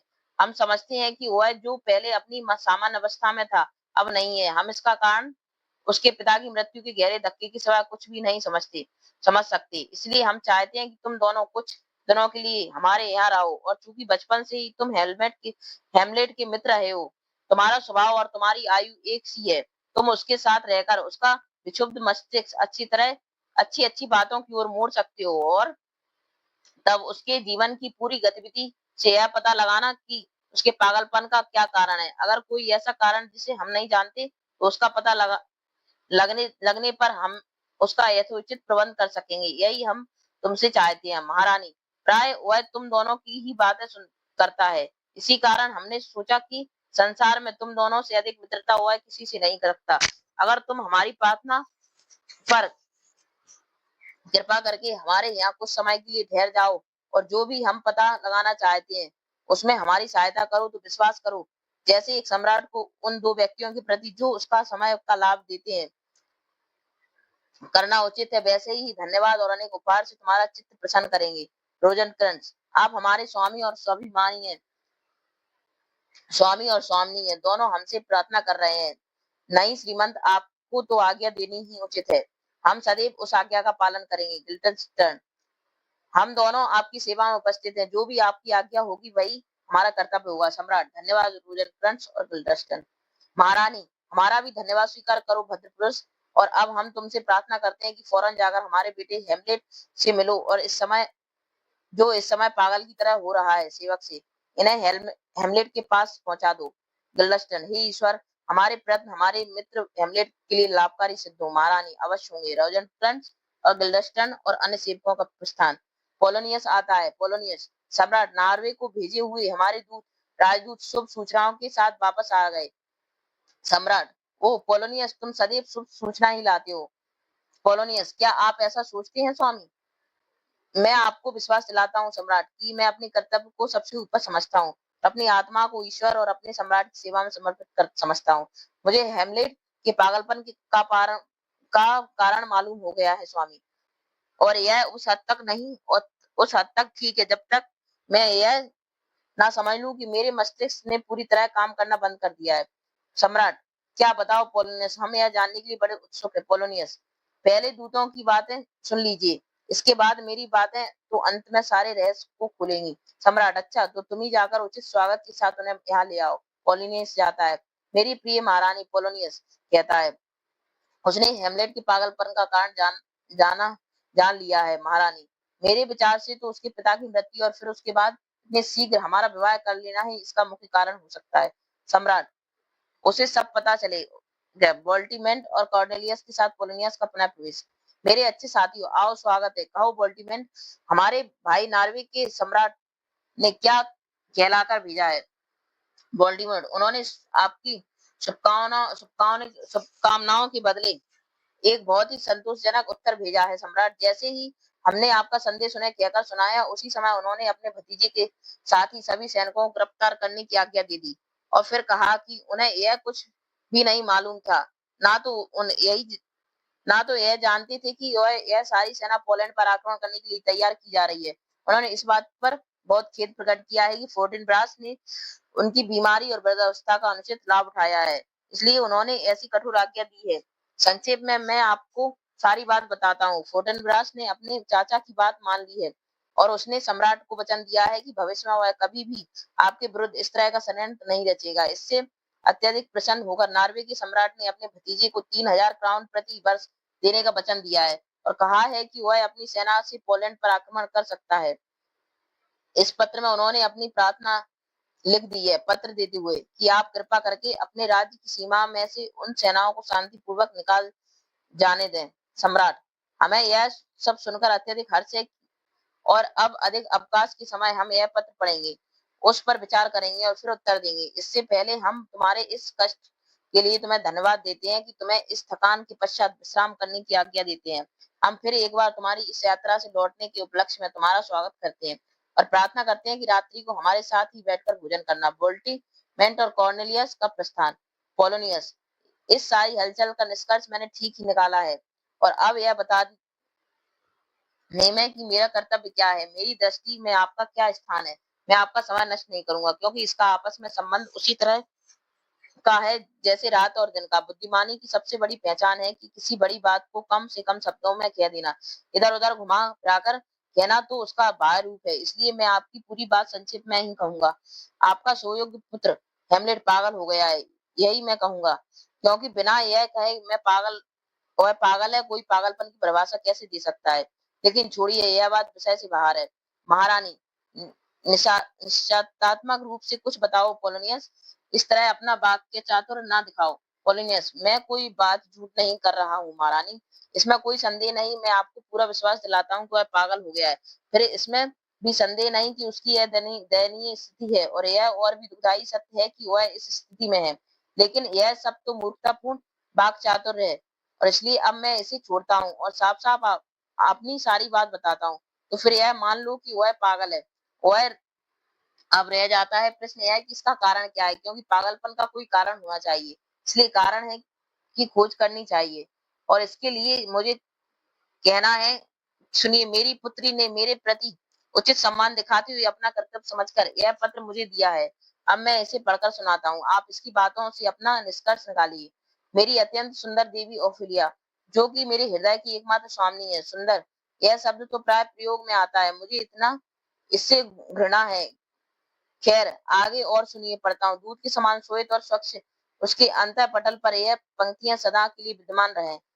महारानी, क्या हेलमेट ने यह पत्र तुम्हारी पुत्री के पास भेजा है? पोलोनियस, थोड़ा धैर्य रखिए देवी, मैं सब कुछ बताऊंगा। पड़ता है। सूर्य की गति पर भी एक बार संदेह कर लेना और तारों के अमर प्रकाश पर भी विश्वास न करना। एक बार सत्य को भी झूठ समझकर संदेह की दृष्टि में देख लेना, लेकिन मेरे प्रेम पर कभी संदेह न करना। ओ प्रिय ओफिलिया, मैं प्रेम गीत लिखना नहीं जानता और ना मुझे अपने इन विश्वासों को अंकित करने की कला आती है, लेकिन प्रिय, यह विश्वास करना कि संसार में सबसे अधिक मैं तुम्हें चाहता हूँ। अच्छा, अब विदा। जब तक शरीर में श्वास है तब तक प्रिय सदा तुम्हारा ही। हेमलेट। मेरी आज्ञा के अनुसार मेरी पुत्री ने यह पत्र मुझे दिया। इसके साथ साथ उसने मुझे हेमलेट के द्वारा दिए गए अपने सभी प्रेम उपहारों के बारे में भी बताया। सम्राट, लेकिन इस प्रेम के प्रति ओफेलिया की प्रतिक्रिया क्या है? ओफेलिया, मेरे बारे में आप क्या सोचती हैं सम्राट? पोलोनियस, सम्राट, यही कि तुम अत्यंत सम्मानीय और स्वाभिमान भक्त हो। पोलोनियस, मैं अपने आप को ऐसा सिद्ध करने का भरकस प्रयत्न करूंगा, लेकिन स्वामी, यदि मैं इस रहस्य को छपा लेता तो आप और आप महारानी मेरे बारे में क्या सोचती? क्योंकि सत्य बात यह है कि मेरी पुत्री के कहने से पहले ही मैंने इस प्रेम के बारे में कुछ बातें जान ली थी। अब यदि मैं इस प्रेम की तरफ से आंखें मीच कर इसको चलने देता और चुप रहता तो आप मेरे विषय में क्या सोचती सम्राट? क्या यह मेरी मूर्खता नहीं होती? इसलिए सीधे ही मैंने इसमें अपना हाथ बढ़ाया और अपनी बेटी से कहा, बेटी, राजकुमार कुल और पद की दृष्टि से तुमसे कहीं बड़े हैं, इसलिए उनके साथ प्रेम करके तू कोई भव्य कल्पनाएं ना बना। यह प्रेम कैसे संभव हो सकता है? मैंने उससे कहा कि अब वह राजकुमार से कोई भी पत्र या भेंट स्वीकार ना करे, यहाँ तक कि उससे कभी मिलने का भी सपना ना देखे। उसने मेरी बातों को मान लिया और कुछ ही शब्दों मैं कहता हूँ, इसी धक्के से राजकुमार का मस्तिष्क विचलित हो गया है। इसलिए वह भूख, प्यास और नींद सब कुछ भूलकर इस तरह पागलों की तरह फिरता रहा है, इससे भी शिथिल होता चला गया। इस शिथिलता का उसके मस्तिष्क पर प्रभाव पड़ा और अंत में इसी कारण उसका संतुलन बिगड़ गया। वह सचमुच पागल हो गया है, इसलिए वह मत बालों की तरह पुकारता है। मैं राजकुमार की इस हालत पर कितना दुख है स्वामी। सम्राट, क्या तुम्हें अपनी बात पर पूरा पूरा विश्वास है? महारानी, हो सकता है उसके पागलपन का कारण यही हो। पोलोनियस, अब संदेह करते हैं सम्राट। आप संदेह करते हैं सम्राट? क्या आप मेरे पूरे जीवन काल में कोई ऐसा समय बता सकते हैं जबकि मैंने किसी बात पर विश्वास करके ठीक कहा हो और गलत साबित हुई हो? सम्राट, नहीं, मेरे विचार से तो नहीं। पोलोनियस, स्वामी, अगर यह बात झूठ निकल जाए तो मेरे कंधों से मेरा सिर उतरवा लीजिए। जब मुझे किसी वस्तु की जांच के लिए ठीक आंकड़े मिल जाते हैं तो फिर सत्य कितना भी पृथ्वी के नीचे क्यों ना गड़ा हो, मैं उसे खोद कर निकाल सकता हूँ। सम्राट, लेकिन यह बात प्रमाणित कैसे हो सकती है? पोलोनियस, आप जानते हैं कि वह कई घंटों तक उस बड़े कमरे में घूमता रहता है। महारानी, हाँ, यह तो ठीक है। पोलोनियस, उसी समय मैं ओफेलिया को उसके पास भेजूंगा और उस समय हम पर्दे के पीछे रहेंगे। फिर देखिए मिल वे किस तरह मिलते हैं। अगर वह उससे प्रेम ना करता हो और उसी के प्रेम में पागल नहीं हुआ हो तो वो मुझे सफल राजनीतिक की जगह एक गंवार किसान समझना। सम्राट, हम अवश्य यह सब देखेंगे। महारानी, लेकिन कैसा दुखी होकर मेरा बेटा किताब पढ़ते हुए आ रहा है। पोलोनियस, आप जाइए और जाकर छिप जाइए, मैं उससे बात करूंगा। हेमलेट किताब पढ़ते हुए प्रवेश। क्या मैं अपने स्वामी राजकुमार हेमलेट के चित्त के बारे में कुछ पूछ सकता हूँ? कैसे हैं आप राजकुमार? हेमलेट, अच्छा हूँ भगवान की दया से। पोलोनियस, क्या आप मुझे जानते हैं राजकुमार? हेमलेट, अच्छी तरह से। तुम मछुआरे हो? पोलोनियस, नहीं राजकुमार, मैं मछुआरा नहीं हूँ। हेमलेट, वह कितना अच्छा होता कि तुम एक सच्चे और ईमानदार व्यक्ति होते। पोलोनियस, सच्चा हूँ राजकुमार। हेमलेट, लेकिन श्रीमान, क्या यह भी जानते हो कि इस संसार में खोजने से हजार में से एक ईमानदार और एक सच्चा व्यक्ति मिलता है? पोलिनियस, यह तो ठीक कहते हैं आप। हेमलेट, जबकि सूर्य स्वयं देवता होते हुए भी एक मरे हुए कुत्ते के शरीर में अनेकों कीड़े पैदा कर देता है और इस तरह उसके मांस को और भी सड़ाता है। उसी तरह, हाँ, क्या तुम्हारी कोई पुत्री है? पोलोनियस, हाँ है राजकुमार। हेमलेट, उसको अंदर ही बंद रखना, खुले में सूरज की धूप उसको ना छूले।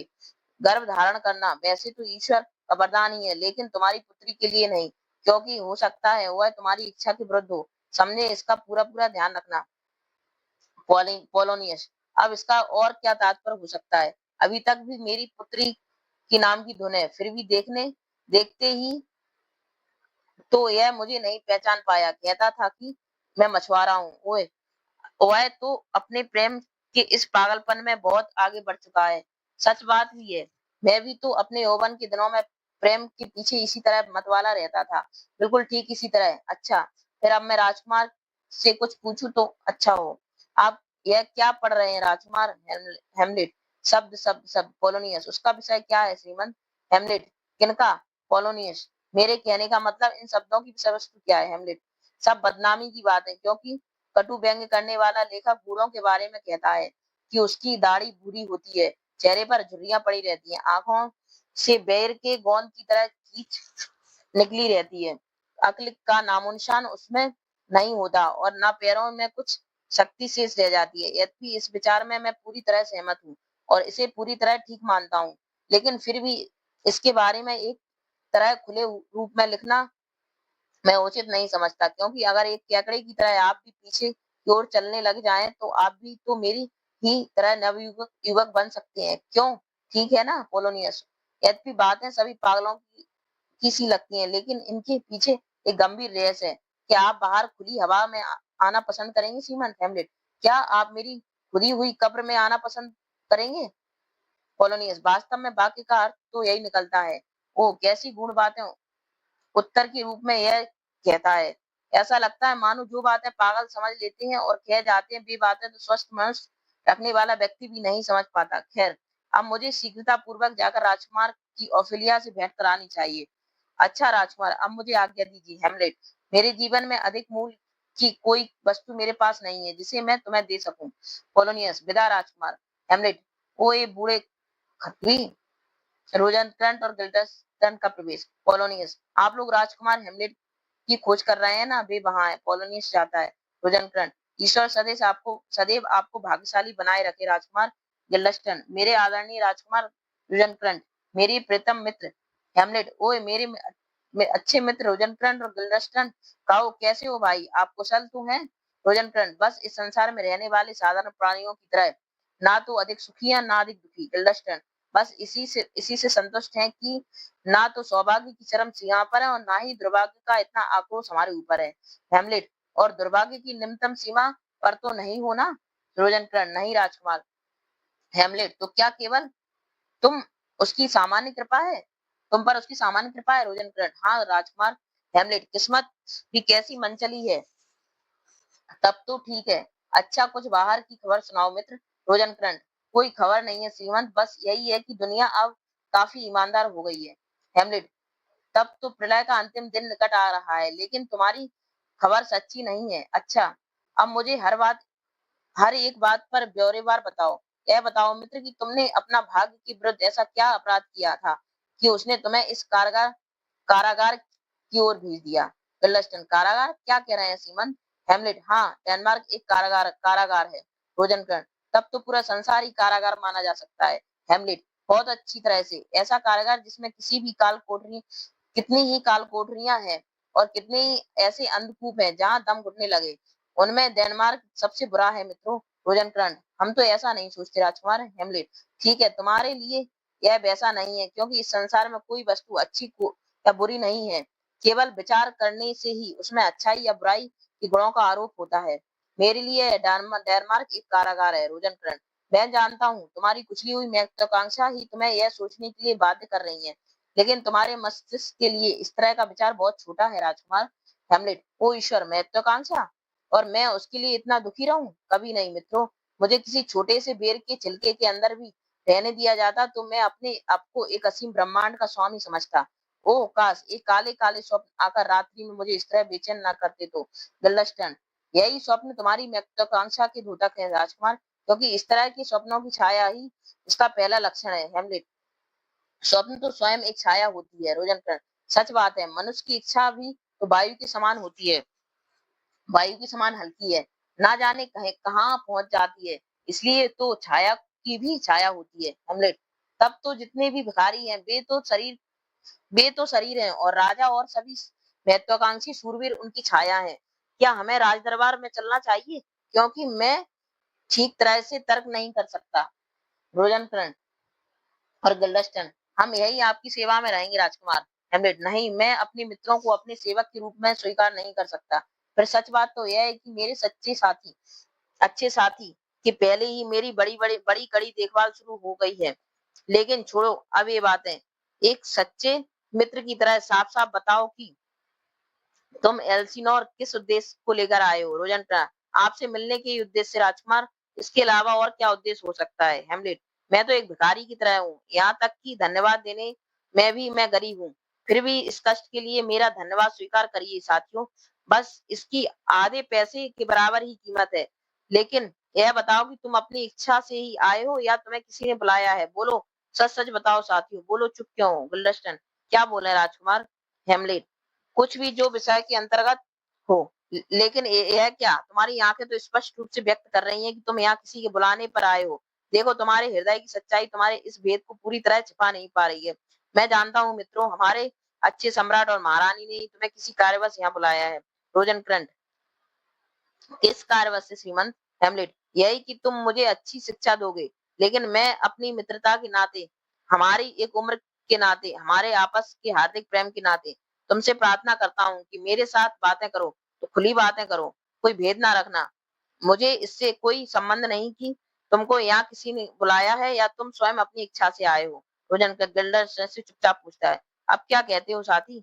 हेमलेट ठीक है, अब तुम्हारे ऊपर भी मुझे अपनी चौकन्नी निगाह रखनी चाहिए। प्रकट साथियों यदि तुम मुझसे सच्चा प्रेम रखते हो तो कोई बात छिपाकर मत रखो। गिल्डस्ट राजकुमार सच यह है कि हम यहाँ अपनी इच्छा से नहीं आए हैं, हमें बुलाया गया है। हेमलेट अब मैं तुम्हें बताऊंगा तुम क्यों बुलाए गए हो। मेरे यह बताने से सम्राट ने तुम्हारा किया हुआ वायदा भी टूट जाएगा, क्योंकि तुमने स्वयं अपने मुंह से तो अपना भेद नहीं बताया ना। उस समय से ही मैं इतना दुखी हो गया हूँ कि मैंने अपने सारे नृत्य के कार्यक्रम छोड़ दिए हैं और इसी से मेरा हृदय कुछ ऐसा पत्थर की तरह हो गया है कि यह बहुत सुंदर संसार मुझे एक उजाड़ भूमि जैसा लगता है और यह भव्य आकाश जिसमें असंख्य सुनहरे तारे जड़े हुए हैं एक खाली स्थान की तरह लगता है। क्यों यह सब कुछ मेरी मुझे ऐसा लगता है जैसे मानो कि कोई रोग फैलाने वाला विषैला धुआं ऊपर जाकर जम गया हो। क्यों, क्या कारण है? मुझे सुंदरता में इस तरह की कुरूपता और घुटन दिखाई देती है। मनुष्य भी ईश्वर की कैसी सुंदर कृति है, कितनी योग्यता है और शक्ति है इस मनुष्य में। आकृति और चाल में किस देवी कौशल के साथ इसका निर्माण हुआ है। इस पूरे प्राणी जगत की सबसे श्रेष्ठ कृति मनुष्य ही तो है। लेकिन साथियों, मुझे तो यह एक मुट्ठी भर धूल से अधिक उसकी कोई सत्ता और सौंदर्य दिखाई नहीं देता। प्रत्येक मनुष्य और प्रत्येक स्त्री से मेरा एक अटूट स्नेह नहीं जुड़ सकता। मित्र, तुम्हारा इस तरह छिपे छिपे मुस्कुराना यह व्यक्त करता है कि तुम उसकी ओर संकेत करना चाहते हो। रोजनफ्रंट, नहीं राजकुमार, हमारे मस्तिष्क में ऐसा नहीं है। हेमलेट, तो फिर मेरी बातों पर तुम्हें हंसी क्यों आ रही है? रोजनफ्रंट, मैं सोच रहा था कि जब मनुष्य की सत्ता एक मुट्ठी भर धूल के बराबर ही आपके मस्तिष्क में है, तो बेचारे वे नाटक खेलने वाले जो यहाँ आ रहे हैं आपसे क्या आशा रख सकते हैं? हम लोगों को भी रास्ते में मिले थे, ना जाने क्या आशा लिए वे यहाँ आ रहे होंगे। हेमलेट, नहीं, मैं उन्हें निराश नहीं करूंगा।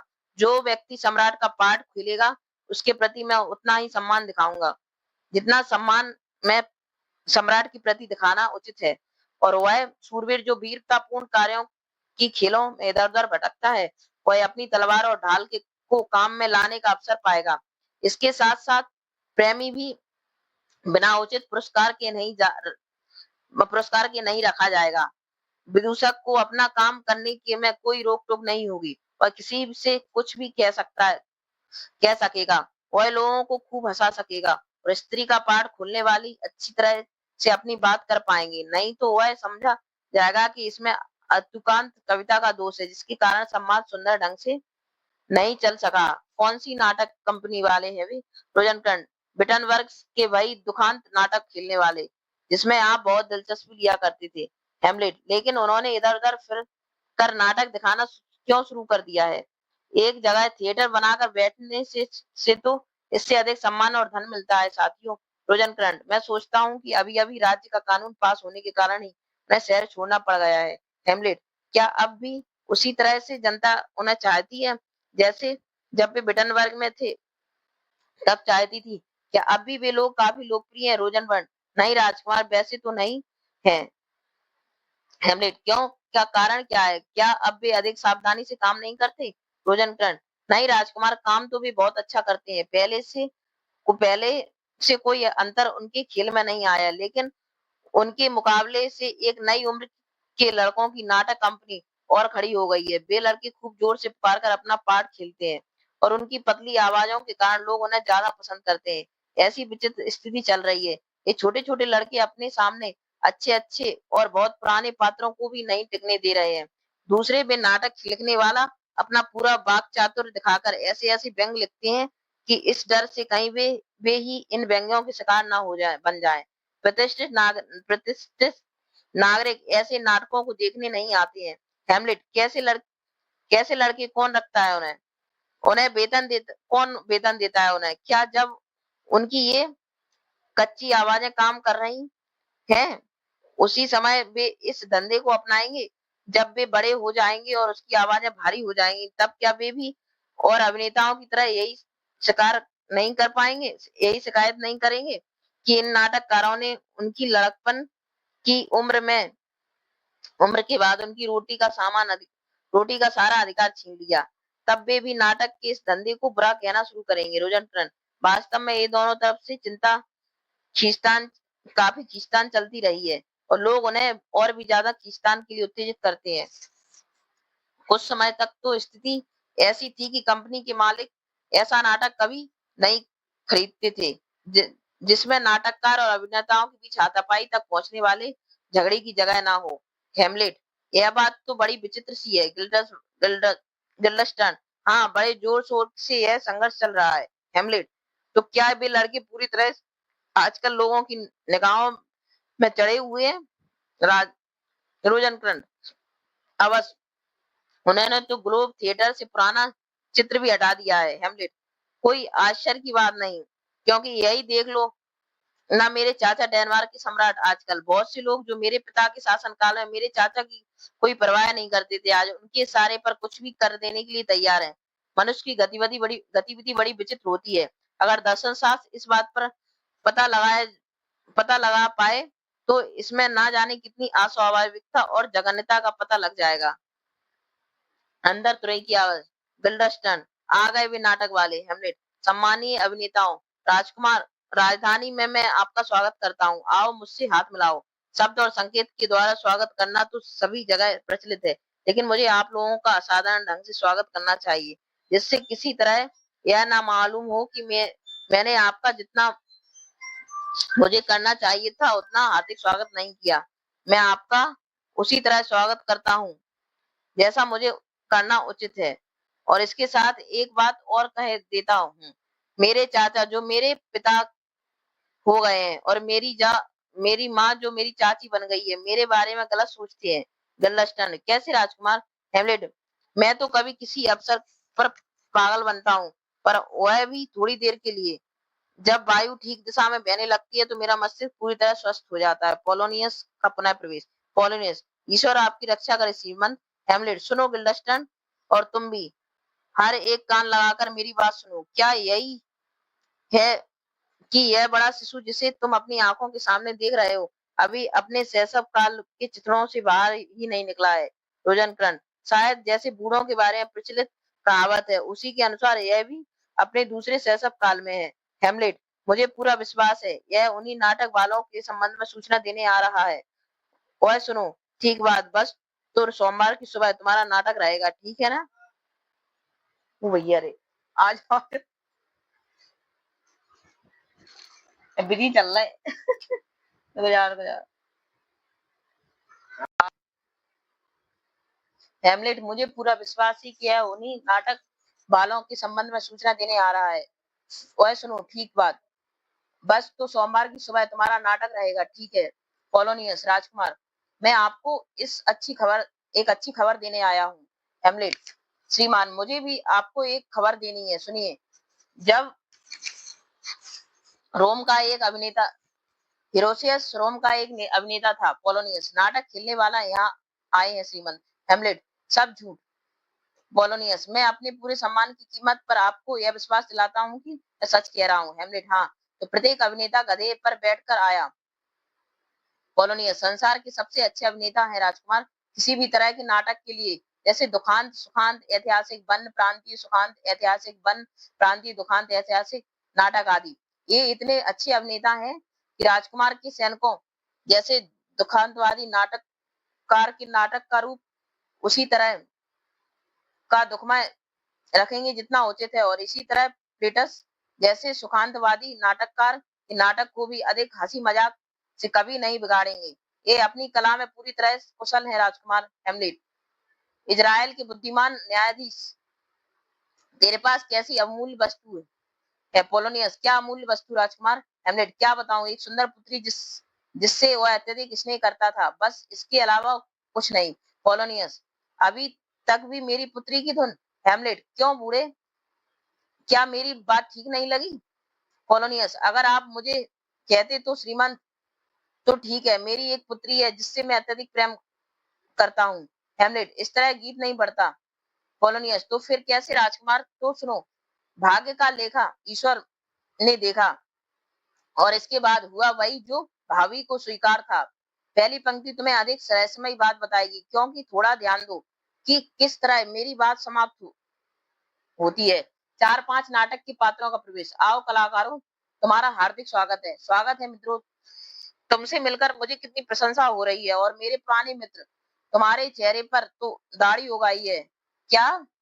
यहाँ डेनमार्क में तुम लोग मेरी दाढ़ी बनाने आए हो? ओ श्रीमती, क्या आप भी हैं? अरे तुम भी कितनी लंबी हो गई हो। पर हाँ, इन मोटी लकड़ी के जूतों के कारण ही तो हो, लेकिन आशा है तुम्हारी यह पतली आवाज अभी भी टूटी नहीं होगी। अभी तो खेल के लिए ठीक है ना? क्योंकि डर है कि जैसे सुवर्ण मुद्राएं टूटकर रुपए पैसे के रूप में प्रचलित नहीं रह सकती, इसी तरह टूटी हुई आवाज भी करीब करीब बेकार हो जाती है। खैर, मैं आज तुम बहुत प्रसन्न हूँ। फिर एक बार मैं तुम सबका स्वागत करता हूँ कलाकारों। अब हमें फौरन अपना काम शुरू कर देना चाहिए। और जैसे फ्रांस का फुर्तीला खिलाड़ी होता है, उसी तरह जो चीजें सामने आए उसे ही लेकर शुरुआत करनी चाहिए। अच्छा, सबसे पहले तो संवाद से कार्यक्रम शुरू करना चाहिए, जिससे आप लोगों के कला कौशल का परिचय मुझे मिल जाएगा। अच्छा, तो अपनी पूरी भावुकता के साथ शुरू नाटक शुरू करो। पहला अभिनेता, क्या कैसा नाटक राजकुमार? हेमलेट। तुमने मुझे एक बार एक ऐसा नाटक दिखाया था जिसका अभिनय नहीं हुआ था, और यदि हुआ भी था तो एक बार से अधिक नहीं, क्योंकि लोगों को वह पसंद नहीं आया था। लेकिन क्या हुआ, लोग उसे पसंद करें या ना करें, लेकिन मेरी राय में, उन व्यक्तियों की राय से, मैं जो इस विषय में मुझसे अधिक जानती हैं, वह नाटक प्रत्येक दृष्टि से श्रेष्ठ है। दृश्य भी उसमें अच्छे हैं, और अपने पूरे कौशल के साथ किसी लेखक ने उसे लिखा है। मुझे याद है एक व्यक्ति ने एक बार कहा था, नमक मिर्च मसाला मिला देने से चीजें लोगों को ज्यादा पसंद आती हैं, लेकिन इस नाटक में लेखक ने अपनी कला को इस तरह के मसाले से दूषित नहीं किया। इस बिना किसी तरह के आभूषणों वाली स्वच्छ शैली को ही उसने अच्छा माना है। वह कहता था कि ऐसी ही शैली से में सच्ची सुंदरता और माधुर्य होते हैं। आर्नेस डीडो की कहानी वाला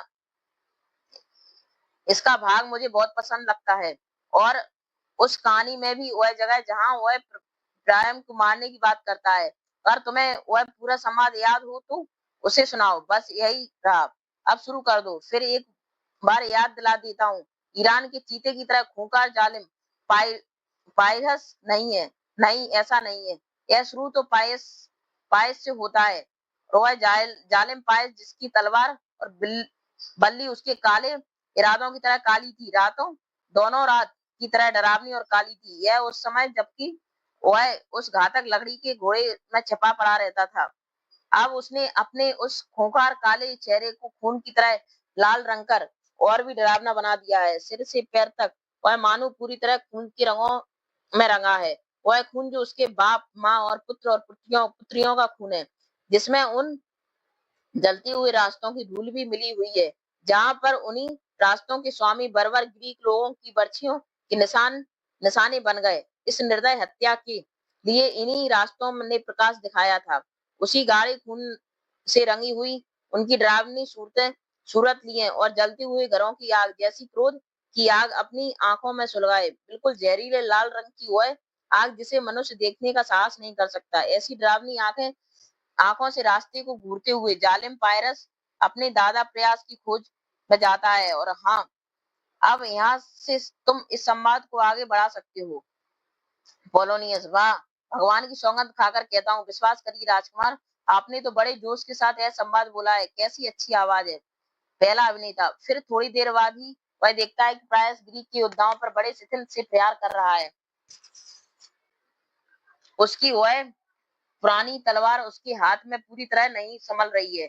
जहां एक बार गिर जाती है, वहां से बड़ी कठिनाई से हाथ के साथ उठती है। वह कितना भी चाहता तो भी वह नहीं पड़ी रहती। पायरस ही, यद्यपि लड़ाई में कोई बराबरी नहीं थी, लेकिन फिर भी उसने क्रोध में आकर प्रायम की तरह अपनी बर्छी का निशाना लगा दिया। निशाना चूक गया, क्योंकि क्रोध की उत्तेजना में वह उसे अच्छी तरह देख नहीं सका। लेकिन जैसे ही पास से होकर वह बर्छी निकली, तो उसके साथ छू जाने के कारण उस बेचारे बूढ़े और कमजोर प्रायस को चोट आ गई। प्राय का वह नगर जो बिल्कुल एक टीला जैसा पड़ा हुआ था, उसके प्रहार से एक एक साथ लड़खड़ा गया। उसकी भी जलती हुई मीनारें अपनी नींव के साथ पूरी तरह नष्ट हो गईं। उसने गिरने की वह भयानक आवाज हुई कि कुछ क्षणों के लिए तो पायस भी घबरा गया। उसकी उस आवाज के सिवा और कुछ नहीं सुनाई दिया, क्योंकि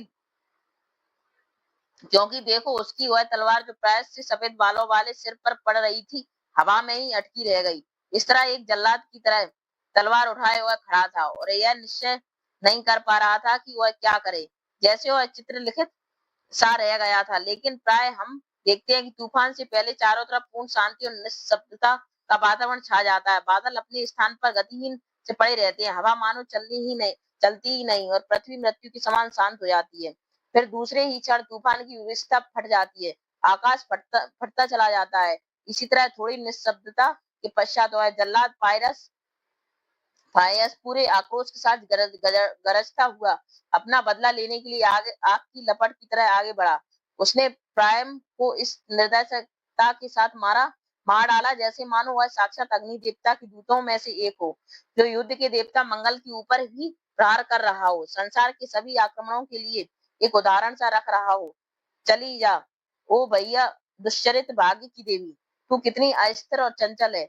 ओ देवताओं, एक सभा करो, मनुष्य जीवन पर जो उसका अधिकार है उसे छीन लो, उसके चक्र को पूरी तरह नष्ट कर दो और बीच के गोल भाग को स्वर्ग से नरक में फेंक दो। पोलोनियस, अब तो कुछ बड़ा संवाद है। हेमलेट, ओ इसे हज्जाम के पास भेज दिया जाएगा, वह तुम्हारी दाढ़ी की तरह ही इसे छोटा कर देगा। हाँ साथी, कहते रहो, इस बुड्ढे को या तो भांडों के तमाशे में या फिर किसी अश्लील कहानी में आनंद आता है, नहीं तो फिर यह सोने लगता है। हाँ, चलते रहो। अब हुकवा की तरफ आओ। पहला अभिनेता, लेकिन जिसने पर्दे वाली उस महारानी को उसी शोक स्थिति में देख लिया था। हेमलेट, पर्दे वाली महारानी? पोलोनियस, बहुत ठीक, पर्दे वाली महारानी, बहुत अच्छे। पहला अभिनेता, जो घबराती हुई नंगे पैरों ही ऊपर और नीचे भाग रही थी और अपने आंसुओं से उस आग की लपटों को बुझाने की धमकी दे रही थी। उस सिर पर जहां पहले मुकुट सुशोभित था, वहां अब केवल एक चिथड़ा बंधा हुआ था। महारानी के अनुकूल बेशकीमती पोशाक की जगह वह जल्दी से डर के कारण एक कम्बल की लपेटे हुई थी। अगर इस दयनीय स्थिति में कोई उस बेचारी महारानी को देख लेता तो उस क्रूर भाग्य को कितनी बुरी तरह गालियां देता। ओए, उस समय जब पायरस ने उसके प्यारे पति का खून कर दिया था, तो वह उसे देखकर एक तरह फूटकर रो पड़ी थी। अगर देवताओं में भी मानव क्रियाओं के प्रति सहानुभूति होती तो वे भी एक बार उसी तरह करुणा से रो उठते। उनके भी हृदय उस बेचारी के हृदय की तरह ही फट जाते। पोलोनियस, देखो तो उस वह अभिनेता सचमुच ही है, कहता कहता रो पड़ा। ओ प्यारे दोस्त, बस अब आगे मत बोलो। हेमलेट, बहुत अच्छे, बाकी बचे संवाद को मैं सुनूंगा।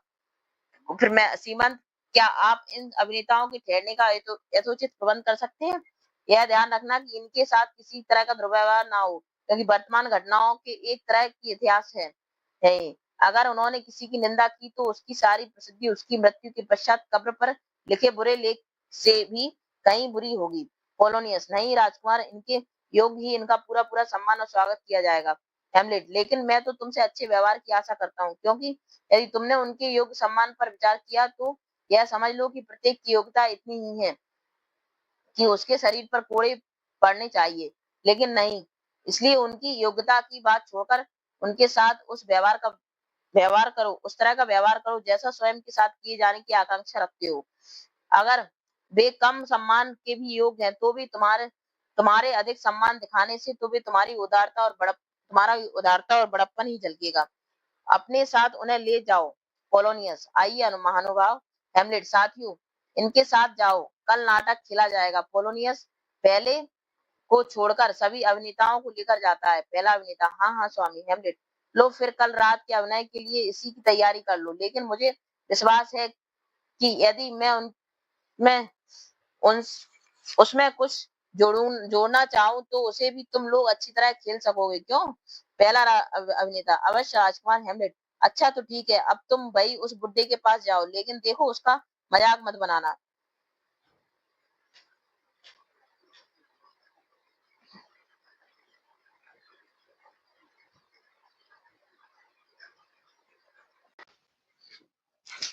पोलोनियस, आइए महान भावो।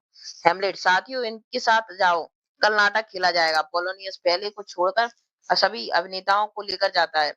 पहला अभिनेता, हाँ हाँ स्वामी। हेमलेट, लो फिर कल रात के अभिनय के लिए इसी तरह की तैयारी कर लो, लेकिन मुझे विश्वास है कि यदि उसे कुछ जोड़ना चाहूँ तो उसे भी अ- कुछ लोग अच्छी तरह से खेल सको, क्यों? पहला अभिनेता, अवश्य राजकुमार। हेमलेट, अच्छा तो ठीक है, अब तुम भाई उस बुड्ढे के पास जाओ, लेकिन उसे देखो कि उसका मजाक ना बनाना। पहला अभिनेता चला जाता है। अच्छा मेरे दोस्तों, कल रात तक के लिए विदा। मैं फिर तुम्हारा इस राजधानी में एक बार स्वागत करता हूँ। रोजनटन, धन्यवाद श्रीमान। हेमलेट, मेरी ओर से भगवान आपको सदैव सुखी रखे।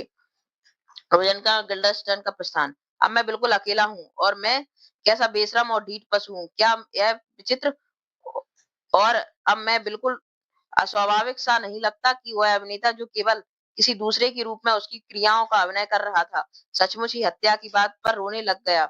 उसका चेहरा पीला पड़ गया, आंखें सचमुच आंसुओं से डबडबा आई थी और आवाज इस तरह से फट गई थी कि उसकी पूरी हालत देखकर यह कोई नहीं कह सकता था कि वह स्वयं इसी के घर में कोई प्रियजन की हत्या नहीं हुई है। उसी कारण यह दुखी नहीं है। फिर आश्चर्य यह है कि यह सारा शोक इस एक अभिनय के रूप में ही नहीं उसने उसने दिखाया था। सब कुछ बनावटी था। हेक्युबा के लिए क्या लेना है उस हेक्युबा से जो वह जो वह उसके लिए इस तरह रोने लग गया। अगर मेरी जैसी दुखमयी स्थिति में सचमुच वह होता तो ना जाने क्या करता। उस समय तो वह रंगमंच को आंसुओं से भर देता। उसके दुख से दर्शकों का हृदय इतना घटता कि उनके बहते आंसुओं को पूरी तरह चीर डालते।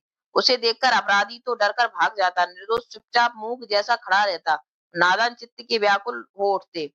यह निश्चित है कि अब अपने हाव और शब्दों से वह दर्शकों के हृदय में को भयभीत कर देता है। और फिर मैं क्या करूं? मैं एक दीन हृदय और चंचल चित्र रखने वाला दयनीय प्राणी हूं। मैं सदैव भावी के नए स्वप्न बनाता रहता हूँ और अपने उद्देश्य की पूर्ति के लिए जो काम मुझे करना चाहिए वह नहीं करता। यहाँ तक कि स्वर्गीय सम्राट के बारे में भी मैं कुछ नहीं कह सकता, जिनके जीवन, राज्य और स्त्री पर एक निष्ठापूर्ण षड्यंत्र रचा गया। क्या मैं ऐसा करते हुए डरता हूँ? क्या कोई व्यक्ति मुझे एक बेशरम और कायर कहकर मेरा सिर तोड़ सकता है? क्या मेरे प्रति इस तरह का व्यवहार उचित है कि मेरी दाढ़ी के सारे बाल नोच लिए लिए जाएं और उन्हें मेरे मुंह पर फेंक कर मारा जाए और मेरी नाक पकड़कर खींच ली जाए और फिर मुझसे कहा जाए, झूठे, क्या मेरे साथ इस तरह का व्यवहार करने का कोई साहस कर सकता है? मैं अवश्य उसको बिना किसी आपत्ति के सहन कर लूंगा, क्योंकि इससे यह तो मालूम हो जाएगा कि मैं कायर हूँ और मेरी सारी हया शर्म मर चुकी है। नहीं तो कितने पहले ही मैं इस दुष्ट सम्राट के इस पापी शरीर को काटकर चीलों के सामने पटक देता। कम से कम उनका तो पेट भरता, क्योंकि वह कितना मृणित, दुश्चरित और निर्दयी चालाक व्यक्ति है, कुछ अनुमान नहीं लगाया जा सकता। प्रतिशोध की भावना, तुझे भी अपना उद्देश्य पूर्ण करने के लिए पत्थर जैसा यह कैसा मूर्ख मिला है? क्या यह अस्वाभाविक नहीं है कि उस बाप का पुत्र जिसको धोखे से उसके भाई ने ही मार डाला, उसकी मौत का बदला नहीं ले सकता? प्रेत ने कित, कितना मुझसे कहा था कि हेमलेट, मेरी मौत का पूरा बदला लेना, लेकिन मैं एक आवारा औरत की तरह, या कहूं तो एक रसोई दारनी की तरह खाली बातें बनाता हूँ, चाचा को बुरा भला कहता हूँ, लेकिन हे ईश्वर, मैं कुछ करता क्यों नहीं? ओह, धिक्कार है मेरी थोथी बातों पर। बस अपना काम करो, मेरा रास्ता न रोको। लोग कहते हैं कि जब रंगमंच पर अपराधी अपने प्रियजनों के सम्मुख आते हैं तो आंखों से आंखें मिलाते ही वह अपना पाप सबके सामने स्वीकार कर लेते हैं। भय उनके हृदय को कपा देता है और वे घबराकर सब कुछ कह जाते हैं, क्योंकि हत्या अपने आप को अधिक देर तक छिपा नहीं सकती। किसी ना किसी तरह वह पुकारती है और तब सब उनका भेद जान जाते हैं। मैं उस अभिनेताओं से एक ऐसा नाटक खेलने के लिए कहूंगा जिसमें मेरे पिता की हत्या की थी, मेरे पिता की आंखों के सामने खेली जाएगी। तब मैं मेरे चाचा की आंखों के सामने खेली जाएगी, तब मैं उसकी प्रतिक्रिया देखूंगा। तब तक उसके हृदय की बात जानने का प्रयत्न करूंगा। और एक बार यह देखकर चौंक उठा तो फिर मैं जानता हूँ मुझे क्या करना है। हो सकता है वह प्रेत मेरे पिता के वेश में मुझे धोखा देने आया हो, क्योंकि वह तो कोई भी रूप ले सकता है। उसमें इतनी शक्ति होती है कि वह मुझ जैसे दुखी और कमजोर व्यक्ति को अपने बस में करके कोई भी काम करवा सकता है, यहाँ तक कि मुझे नरक तक ले जा सकता है। लेकिन उसकी बातों पर पूरी तरह विश्वास ना करके मुझे स्वयं उस बात की सच्चाई की परीक्षा करनी चाहिए। इस नाटक में इस सम्राट बने हुए पापी का सारा पाप सामने आ जाता। अंक तीसरा।